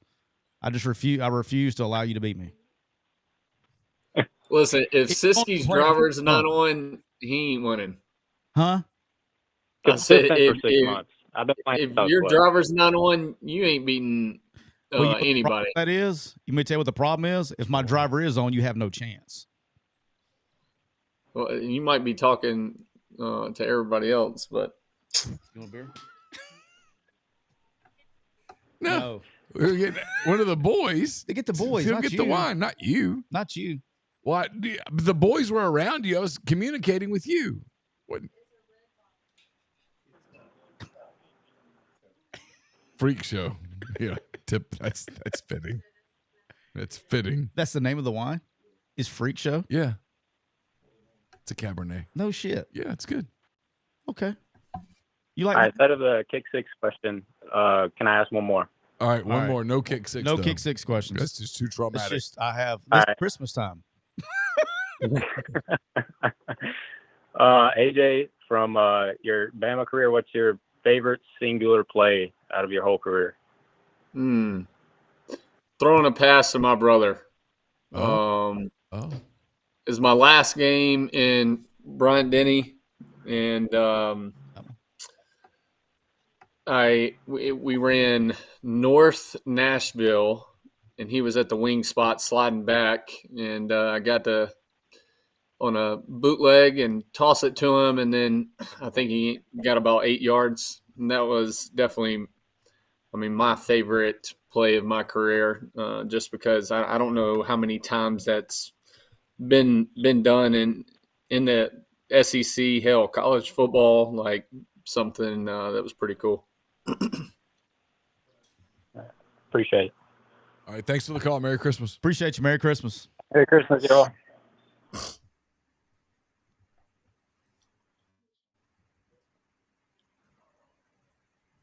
Tricks on you. They hung up. Tricks on you. So this is a different call system than the other one? Hey, who do we have? This is Kyle Hood. What's up, Kyle? Kyle, what it is? What's going on, brother? Just chilling. Stop in. I'm always in the live on Siskey on TikTok. Yeah, some people Kyle. Some What's people that? are live haters. Oh, well, listen, dude. It's got to kick rocks. So it is what it is. Hey, question is the key question is does AJ have his lives fixed? AJ, I don't know if I've told Scoops.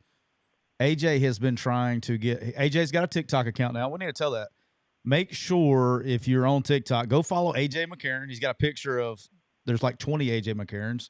Make sure you go follow the one with him and his kids. You'll see the picture of him. He's in. I'm only 169 away from 1,000. We've been trying to get him on live, to join the live, and Right. AJ's having technical difficulties. So we've had 3 lives now with AJ trying to figure out how to join. So, but anyway. Well, they messaged me today, finally, messaged back about why I don't have the access. And they said it's limited to only certain people, basically, that have an outreach as of now, and they're trying to get it to more and more people. And I'm like, fuck. You're too. All right. In other words, you're too conservative. Yeah, I guess so. You didn't wear your Trump hat today. I know. Come on, man. You tell them my name's AJ McCarron. I was the starting quarterback and national championship winner in Tuscaloosa, Alabama. I feel like it's Hell big yeah. thing. That would be a You damn right. Roll Tide, bitches. Roll Tide. I wish that would Hey, work. man, I got a couple questions, but I want to stop by and say I love y'all show, man. I think y'all are really the best in the biz. I know Pat McAfee kind of has a lock on it, Yeah. but y'all deserve it. Whatever. Fuck him. He's full of shit. No, Pat's my guy. I can't say that. Now, I like Pat, but hell, dude. Yeah. Y'all do, like, y'all are right there with him. Y'all deserve the audience he has. You put the 3 of us and Chris Fowler and Nick Saban on the big stage, and fuck we're 'em. gonna take care of it till Yeah. Tyler cusses too much. And if we get an AJ to get double vax and boosted, shit, we'd go right to the top. Yeah, if AJ would just get vaccinated, this would have been done. But no, It's all fucking AJ's fault. no, he doesn't believe in it. I'll tell you, old Tyler Siskey's over a problem now. That balls deep comment a couple of podcasts ago didn't go deep enough to knock the balls off. About made me wreck on the damn highway. Yep. Scoops wasn't here. Man, Scoops wasn't here when he said that. Thank God. What did I say? You said don't- that you didn't go deep enough to blow the balls off. Oh, I was here. I was here for that. Here for that. I was here for Oh that. yeah, you were here. AJ. I quickly just AJ. figured out if I survive this, I'm Teflon. my middle son's here. He doesn't need to hear that. My middle son's here. He doesn't need to hear that. I'm glad he didn't hear that episode. Yeah, that was hilarious. Anyway, He'd be very I got a quick question for AJ, man. Well, I guess for you too. My oldest son, man, he's 14. He's a pretty good football player, baseball player. What's kind of some of the things you would tell him, getting ready to get in high school ball and kind of got him through? I know the game's kind of changed, AJ, since you went through. And Tyler, you were coaching, but I'm just trying to get him, situated and kind of on the right path, man, because it's all changed now. It's all changed now, and I'm just trying to keep his head on straight. I mean, he's a good kid, and just kind of like the path he needs to take and keep his head on straight. What were some of the things you did, AJ? Well, I mean, I think one,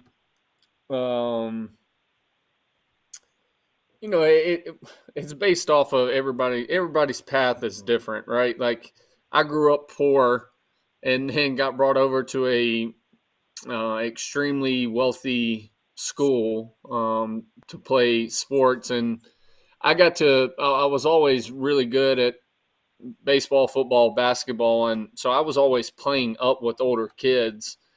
So I saw a lot of things in high school from a drinking, drug standpoint. Kids with money, it's easy for them to get those things just as much as anybody. So I saw a lot of things that just kind of pushed me to where I was like, shit, I don't want to go down that path. Also, my upbringing was great. I always had great support, but also being blessed with great coaches during that time. Having Siskey, having guys that weren't afraid to tell you the real side of things and be upfront with you. And listen, it's up to the kid. In the end, the kid's going to make whatever choice they make, and but you just try to limit the damage. I think now looking at it from a father standpoint, or somebody wanting to get into coaching, is trying to just get them away from bad decisions, learn from other people's mistakes, is probably the biggest thing. The biggest thing for me is if he's starting to play and all that stuff, is don't worry about the recruiting process. I think young players worry too much about the recruiting process instead of what it takes to get recruited. Dominate your body, right. Dominate what you do, be where your feet are, worry about yourself. Golly. Did you hear that, Laura? Right. Did you hear that, Laura? He just said, did you hear that? What are you doing? What are you doing? You're in trouble. No, but be where your feet are. Do what you're supposed to do, and don't worry about what everybody else thinks. And just dominate your space, dominate your box. As in what Scoop says. That's your husband. I didn't say shit. That's your husband. All right, and do what you're supposed to do. I can't keep straight face now. Do what you're supposed to do, and don't worry about whatever he said. Laura, that is your husband. All right, do what you're supposed to do, and don't worry about all the recruiting process. It will take care of itself. AJ, Scoops in here, we're getting in trouble. What?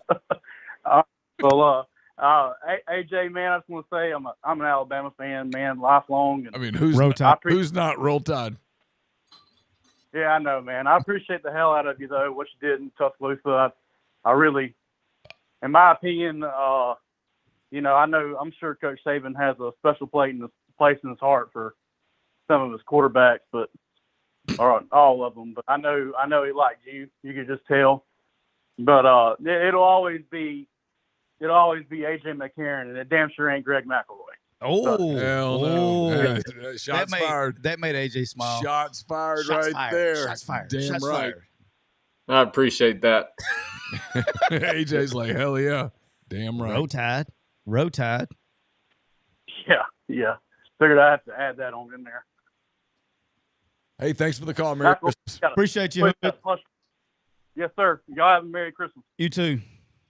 All right, close it up. One more call. We need to shut this thing down. Let's do one more call for the New Year's sake, and we're cutting it off. Last call. Last call. Laura says last call. Laura doesn't want to come on the show. I tried to get Laura. I tried.